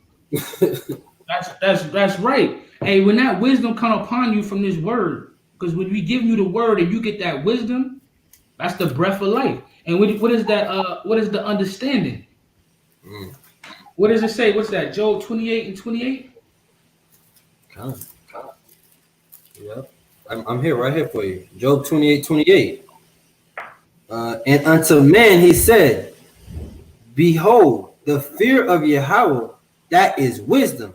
And to depart from evil is understanding. So if you can get that breath of life and you can fear the Most High and you can depart from your evil doings and you can wake up, man. And you can wake up and you can come out of your lower state. You know, the Most High has that ability through His Word, through His laws, statutes, and commandments, through your faith, and that everything that He says is gonna happen. Everything that He says is gonna come true. You know, I'm gonna drop down to verse 9. Then said he unto me, prophesy unto the wind, prophesy, son of man, and say to the wind, thus saith the Lord God, come from the four winds, O breath, and breathe upon these slains that they may live. Hey, listen, we all should be doing that. That's what we do on Saturday. That's what we're doing right here. We prophesying unto the airwaves. We prophesying unto the wind on Saturdays on the corners. We prophesying to you. Sometimes, you know, prophesying to your family, they might not hear you. You prophesying to the wind. Yeah. Right.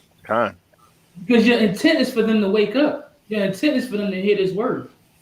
You know, I don't know, man. I just felt like bringing that out. You think we should bring any more out, or y'all good? What y'all want to do? Yeah, it's almost 11, man. We can go ahead and call it a short night. This is it's short for us. That was a beautiful lesson, though, man. That was good, man. Yeah, and next week would be even better because we'll be able to get that chariot lesson out, and I think we should have a little bit less articles, and that way that lesson can come. Because I think that I know that lesson is going to be at least 2.5 hours long, just with the stuff I have, and then going over the precepts too. I know Aaron is disappointed, but we gonna get it next week. Hey, to be continued, Manatazach. Hey, one precept before we bring it out. All right. This is Proverbs 13 and 14. The law of the wise is the fountain of life, to depart from the snares of death. You know what I'm saying? You don't want to die. Follow these laws, statutes, and commandments, man. It's a fountain of life for you, man. It's a direction, it's a path set for you by the Most High. So you can come back into the tree of life, come back into immortality. You know what I'm saying? Leaving your fleshly desires, everything that you really want with this. If you on this right here, you kind of either know you're an Israelite or you want to know more about it. All the promises, all of the things that the Most High has in store for you, it all depends on you following what He said to do. You know, we gotta live it, man. We can't just talk about it. We gotta live it. That's and right. It's hard, but we got brothers and sisters who are doing it, so you can do it. Yahweh Shai Right. Yahweh Shai did it. He showed us the way. That's the whole example. That's the example that we live by, is walking according to the law, statutes, and commandments, because that's what He did. Most definitely. And if He did it, and the other prophets did it, and they went out and had camps and brought people and made more camps until they were dispersed, we can do it too. That's why we're here. That's why SOTI, Sons of Thunder Israelites, we're bringing out the word. That's right. Romans 10:1, because our hope and desire is that all Israel get saved. We want all y'all to get delivered out of this situation, man. Nobody wants y'all. I don't want none of the Israelites after the fall. But the word says 2/3 is going to have to fall, so I have to give that up. Yeah, man. Hey, as always, man, I love you, brothers, man. I love y'all, brothers and sisters, who joined us, who stayed with us, who come with us every week, and y'all first timers too, who's on the class. We had a nice big numbers tonight. You know, I appreciate y'all. I love y'all. Thank you. Y'all brothers who joined in with us, Yaquab, Shaquat, you know, Manatazach is my main man. All of y'all are really. Y'all all my That's brothers. right. I love y'all brothers, man. It's all about brotherly love, man. I love working with y'all. As always, I like to bring this scripture out. Isaiah 61, verse 1. The Spirit of the Lord God is upon me, because the Lord has anointed me to preach good tidings unto the meek. He has sent me to bind up the brokenhearted and to proclaim liberty to the captives and the opening of the prisons to them that are bound, to proclaim the acceptable year of the Lord and the day of vengeance of our God, to comfort all that mourn. So I really love that scripture. I feel like the Most High put it on our spirit to bring these words out, to comfort y'all, to inform y'all on the acceptable year. Hopefully to give y'all a little liberty. You know what I'm saying? Man. I'm trying to post the number for the call tomorrow in the chat. Hey, what's the access code? 750-372, right? 615-372. 650-372. 650. Hold up. 650. 372. 372. I just posted it. See if it, I don't see it yet. But. Yeah, I see it. There it is. I see it. 8:30. Yeah, so since you did that, who's teaching tomorrow? I think Jonathan is supposed to. Jonathan got tomorrow. Yeah, so yeah, like man, I love that brother's music, man. That brother bring out the word too. As always, we like to tell y'all because I almost forgot. Y'all probably brought it out. Tomorrow night, 8:30. Call in. That's how you're gonna get your questions answered. That's how you're gonna be able to interact with the brothers. Call in. You might be on YouTube, but we're not gonna be dealing with any questions or people on YouTube. We're gonna be dealing with the callers first. They're gonna get preferential treatment. You want to bring out a precept? Call in. You want to talk to me? Brother Jonathan is a strong soldier. Me and that brother talk, man. He definitely loves the Most High, man. And he got a lesson plan for y'all. It's powerful. We're gonna be at Woodruff Park in Atlanta Saturday at 3:00 sharp. We want to get out there on time Saturday. That's right. On time. On time. We're gonna get out there. All gray shirts need to be at camp on time. Camp starts at 3:00. And we all know that Milk Mondays on Monday. With the Ottawa Eliel, brother Judah. They've been bringing out that fire, bringing out that information that we need to hear. With the podcast. Oh yeah, Aharan. Aharan the podcast, yeah. Subscribe to the Patreon. Subscribe to the Patreon. We got a podcast. We do sit down videos, sit down lessons. You get a glimpse of how we move around camp, after camp. You know what I'm saying? Sometimes we do like little conversational pieces. It's fellowship with us, man.